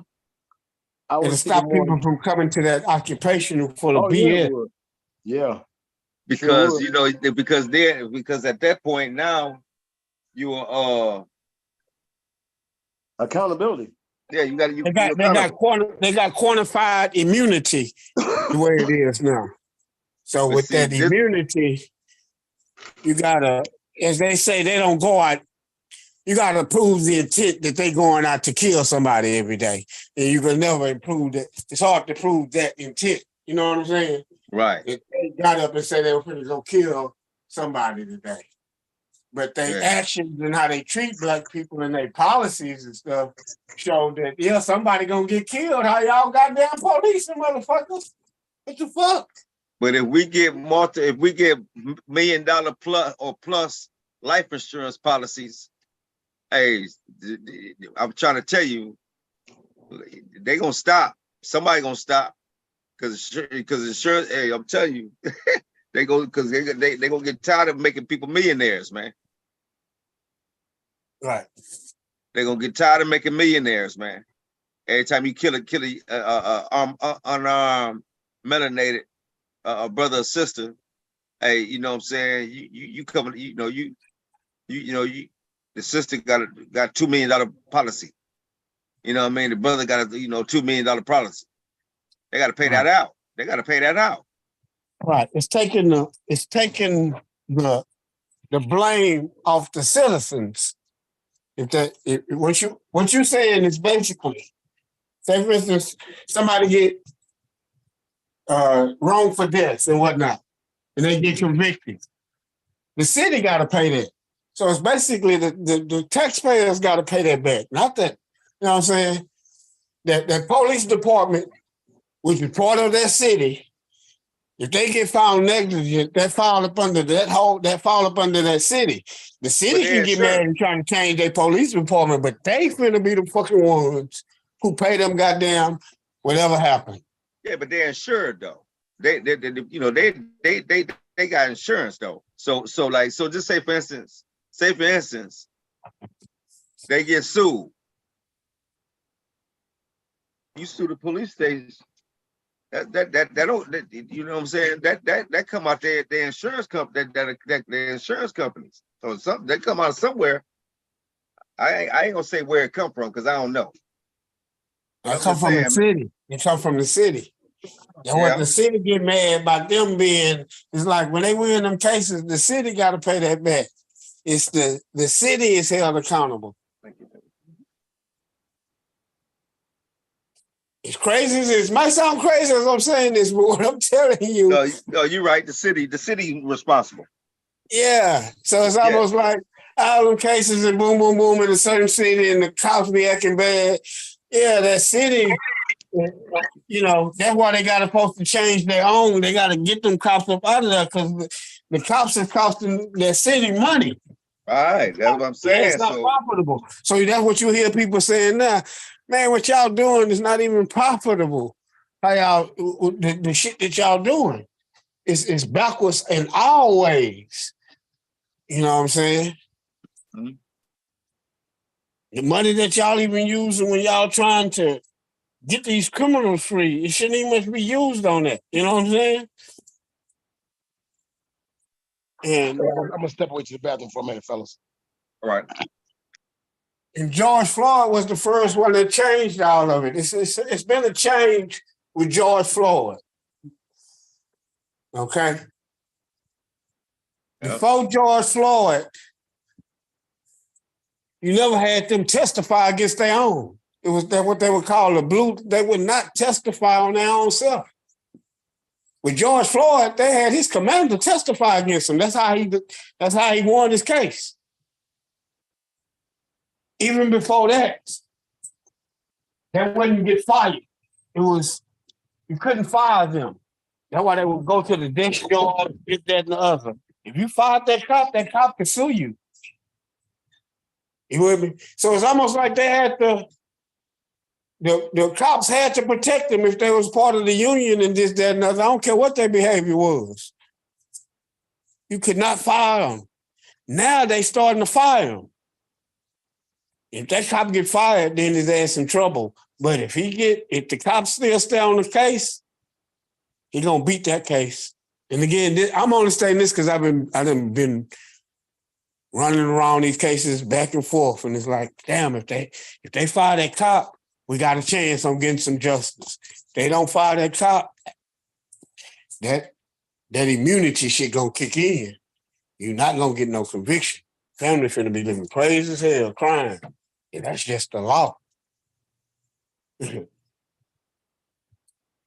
So if game on fire his ass, it's a wrap. no, hell no. If they don't fire his ass, he protected. He protected. You can't prove his intent. And that's what they believe. You got to do something real crazy for the ones for Tyrese Nichols. The ones that was beating up Tyrese Nichols and they got caught on tape and they just was beating them. They fired them. They finna get there. They in trouble. Talking about them brothers. Them brothers got fired. Yeah, they got fired. Yeah, they in trouble. You got the case way back when they did the dude in Baltimore. Broke his back and forget his name. Freddie. Yeah. They kept them on the thing. They didn't get convicted because they was kept on the, you know what I'm saying? Yeah, it just depends. A brother in South Carolina who shot that dude in the back that time who was running. It was Freddie Gray, right? Yeah, Freddie Gray. Okay. I just wanted to get his name right. Yeah, Ashe. Yeah, they took them to the thing, but they beat that. You know what I'm saying? It was a brother in South Carolina that got shot in the back, which they caught on camera. I remember that too. Yeah, they fired him. He got time. Yeah, if they fire you, it's something different. It got to be caught on camera. The only reason that George Floyd and all that, it was on camera. Not on their camera, though. You got to have your own camera. Their cameras don't mean shit. That shit might not ever even get in evidence. For real. Right.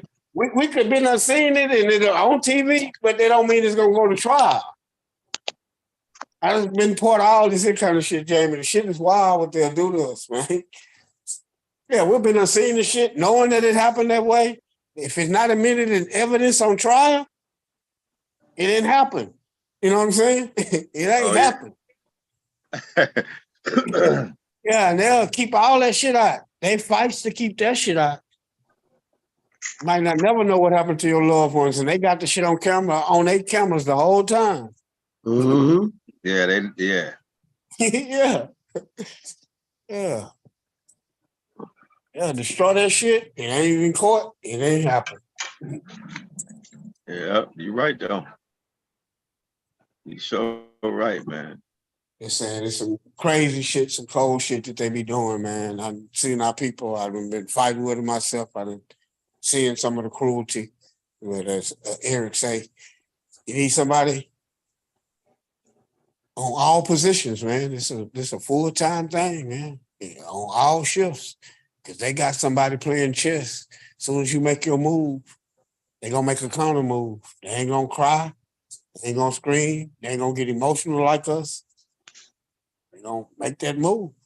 Yeah. They make moves for the future. They make moves for 20 years. They make moves for 100 years on our ass.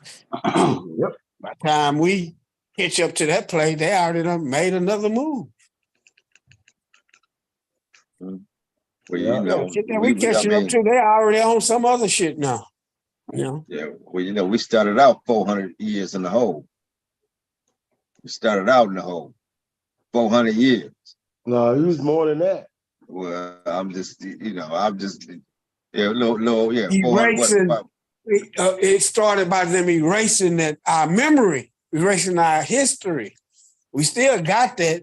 They just didn't tell us about it, and they restarted us as if we started as slaves. You with me? Yeah. It's almost like we got no history before 1619. And we start off as slaves. You know what I'm saying? Right. When we start off, we already in some bad condition fighting against each other already or something, as they tell it. They got to come over there and, oh, shit. He a white man. He got some black people. Well, we ain't know. They just gave him to us. Fuck out of here. Hey, do Yeah. y'all know? Do y'all know? Do y'all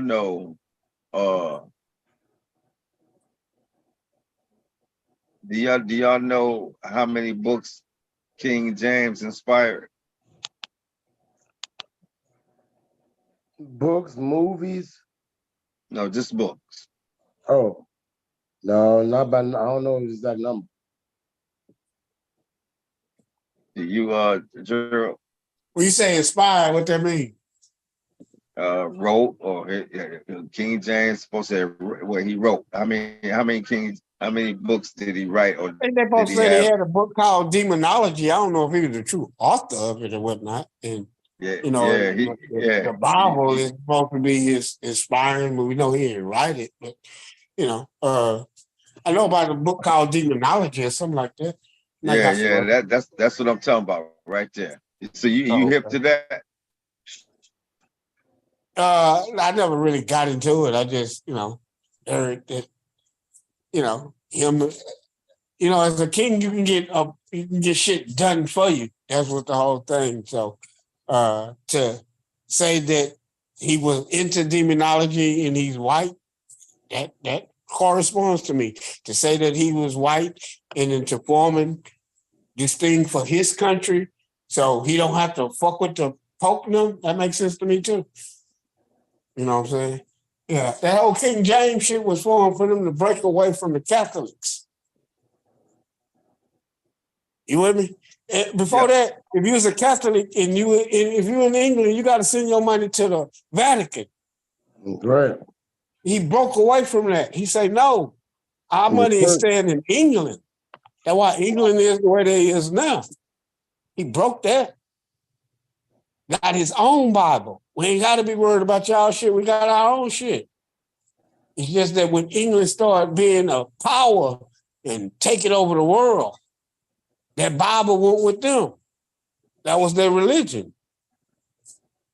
If you came under the English, you came under that, like that. Yeah. And the descendants of that in America, you hear them saying that, America was founded as a Christian nation. They just motherfuckers is crazy, man. These white nationalists and these lies that they be telling you, so that's a lot of the problems that we're going through in our nation now is dealing with that whole thing right there. Who this nation supposed to be for, who it was built for, and they say it was built for white Christian nationalists, period. Anybody else, the immigrants and you blacks, and y'all can go back to Africa or whatever, It's here for us. Whoever don't like it, you don't like America. Stop taking them knees, niggas. You know what I'm saying? Hey, but they straight up, that's cold though. How they just straight up got that. He wrote he inspired. I guess he commissioned the revision of the Bible, right? The King James. He inspired. Right? I mean, didn't he? Didn't he? He had the book wrote, right? Right. He commissioned for his people in England to have their own Bible. He commissioned the King James Bible. It wasn't the first English Bible. I think it was a William Tisdale had the first English, but you got this English press and all this here coming out. If you look at the Catholics, they're not English. They talking Latin and all that there. They read, if you go there, it's a whole different experience dealing with that shit. The Catholic come out of Roman, they say they come out the Roman style. Right. So that's their tradition, Roman Catholics, you know what I'm saying? So he wanted his shit in England, English, 1611. But how does he But how does he then turn around? Well, he wrote the demonology book before he wrote. He commissioned the Bible. But you as a king, and he might not have been the king then. I don't know. You know what I'm saying? I don't know nothing. I don't know nothing about their book to have any comment on that. Right. So once you this king and you the king of England, and this is the way to break away from this stronghold over you. Once you're under the Catholics will make a king bow down, kiss the ring. To break away from that, you know what I'm saying? You got to create your own. Your people are spiritual people too. You know what I'm saying? Right. Y'all know about Queen Elizabeth and all that old shit, right? Huh? And about the Puritans and them even coming over here and all that shit, huh? You talking about one side of the family was Protestant, the other side was Catholic. One of them pushed the little motherfucker out the window and shit. You know? I heard something. Yeah, they were fighting, man. Yeah, so it was like they was being prosecuted. Whenever one family got on top, they would prosecute the others, and the other ones got on top, they would prosecute. So they was running from religious prosecution. These Puritans, these who came pilgrims later, but they so pure, they think they shit, and you know what I'm saying? They got this view of Christianity and Christ and what's, you know what I'm saying? Y'all know these uppity, stupid ass white people. You know what I'm saying? Ass backward on their views and shit, just like we were saying the Iceman inheritance. And the ones that was being persecuted jumped on the boat. You with me? Yeah. Came over here and then overtook this motherfucker. Mm-hmm. They tell you about that. It was a boat that came over here, chilled out there in the waters for a little bit, about to die off and all that there. The goddamn people over here saved them by having a feast with them, showing them how to plant and this, that, and the other. And that became their problem. They wanted, it became the Iceman inheritance. After that, the white people went and killed some of the Indians, and the Indians went and tried to kill some of them back. It was, like, goddamn, what's wrong with y'all white people? Right. Yeah, but then later reinforcements coming. Next thing you know, they keep seeing them ships. And Same thing just like in Africa. We wonder how it happened. That's how it happened. They had different weapons too. Yeah, they sending reinforcements, and they're not coming to be civil. They coming to conquer. They know that. We just don't know it. They're coming to take over. They're coming to expand. They getting beat up by them other people. Y'all ain't as rough as these white people who we know white people. Y'all ain't even as rough as them. You understand? Right. So we're gonna go beat up on y'all. Yeah, and then they figured out they need to not fight each other no more. Just fight our other people. Let's stop fighting each other. But all they world wars and all that shit is still amongst each other.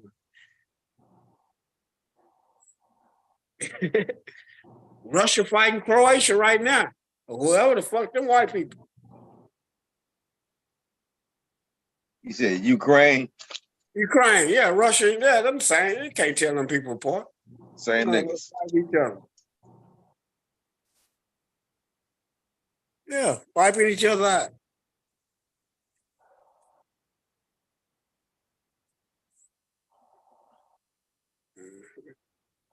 That's what they do. That's what they do. Shit, what they said, the English and the French had a 300-year war. What? Or 100-year war? It might be crazy, but yeah, 100-year war or some shit.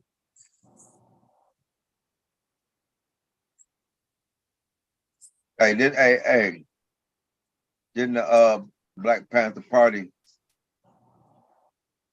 Didn't they start the WIC program No, or a WIC or some form of it? no. That's misinformation when people say that. Black Panther Party only started the breakfast program. That was it. At that time, children, when they went to school, they would only get lunch. Right.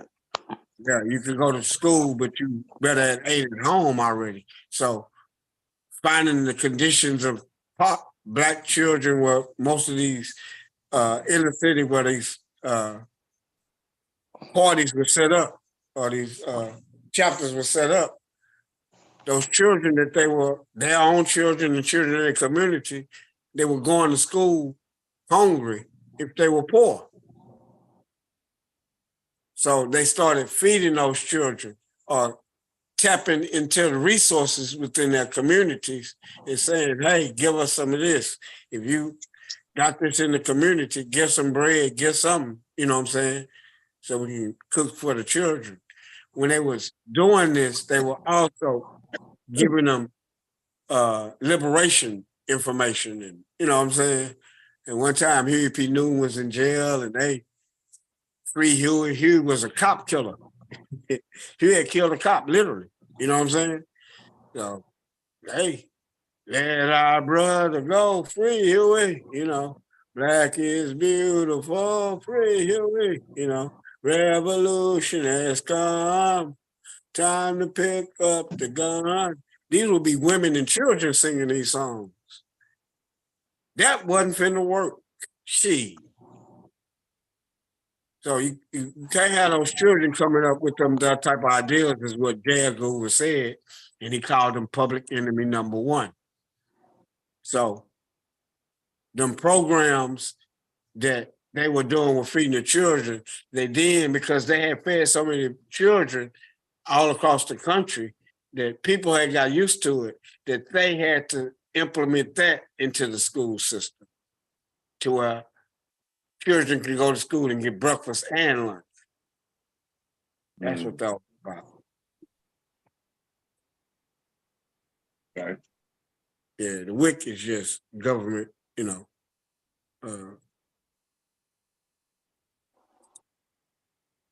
For people on welfare getting food and stuff, that's just a whole nother program, but you know, that ain't what the Black Panther. It's different information like that say that's misinformation. Yeah, it's only the breakfast program. That's why I asked. Because I heard that. Yeah. I heard that before, but just kind of didn't make sense though. Right. They wouldn't have had enough. No. Yeah. Yeah, it just did, it didn't make sense. Yeah. I mean, it kind of did. It kind of did though. I mean, because I could see that. Mm-hmm. You know, where they get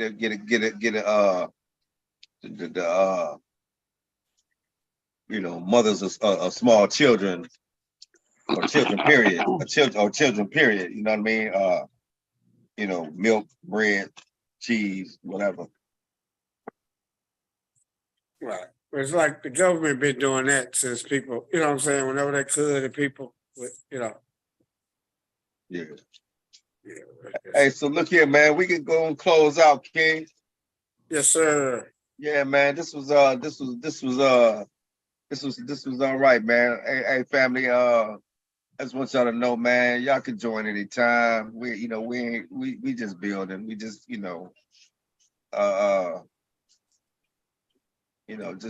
just building, man, and you can come on and add to the conversation. Let me turn this on. Sorry about that. Hey, but but like I said, man, first Sunday every month, we're having a children's book read. Please join us. Bring the kids, get the grandkids, get the nieces, nephews, little brothers and sisters. You know what I'm saying? Get the kids, man, and get them together. Bring them on in, man. First Sunday every month, and we're gonna do this children's book read, man, and with a free book, man. You know, good African, centered book.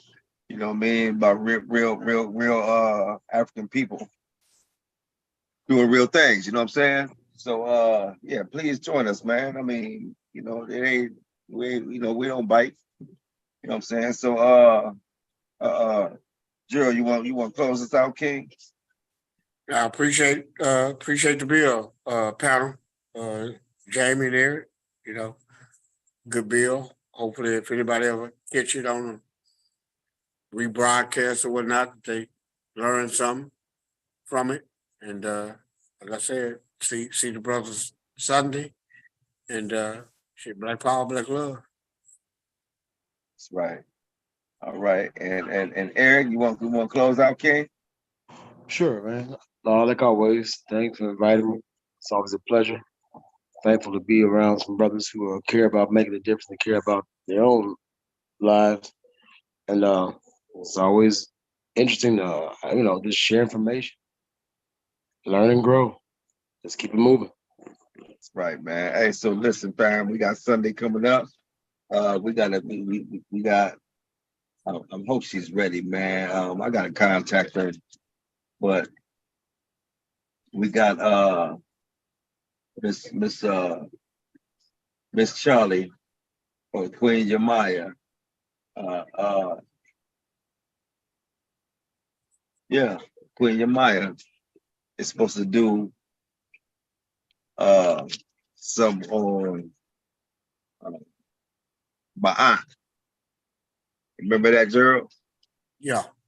Yeah, so she's supposed to be doing the Ma'at demonstration, family. So I'm gonna put up a flyer up on it, on Facebook, and I'll put it up on Sankofa. Matter of fact, I'm gonna do it tonight. And come on and join us Sunday. Come on in, man. It's free. Don't cost you nothing, man. The link is gonna be in the chat. Come on in, and the Queen gonna be doing a nice little presentation on my eye. And if you don't know what that is, look it up. MAAT. Look it up, family, and then come on in and let's talk about it, man. I mean, listen, it's gonna be fascinating, man. You're gonna learn a lot. Thanks for joining. Like, subscribe, share, and comment. All right, always comment, man. We need to comment. And like I said, love y'all, man. Please join us again. Like I said, Sunday, we're gonna be on. All right, peace.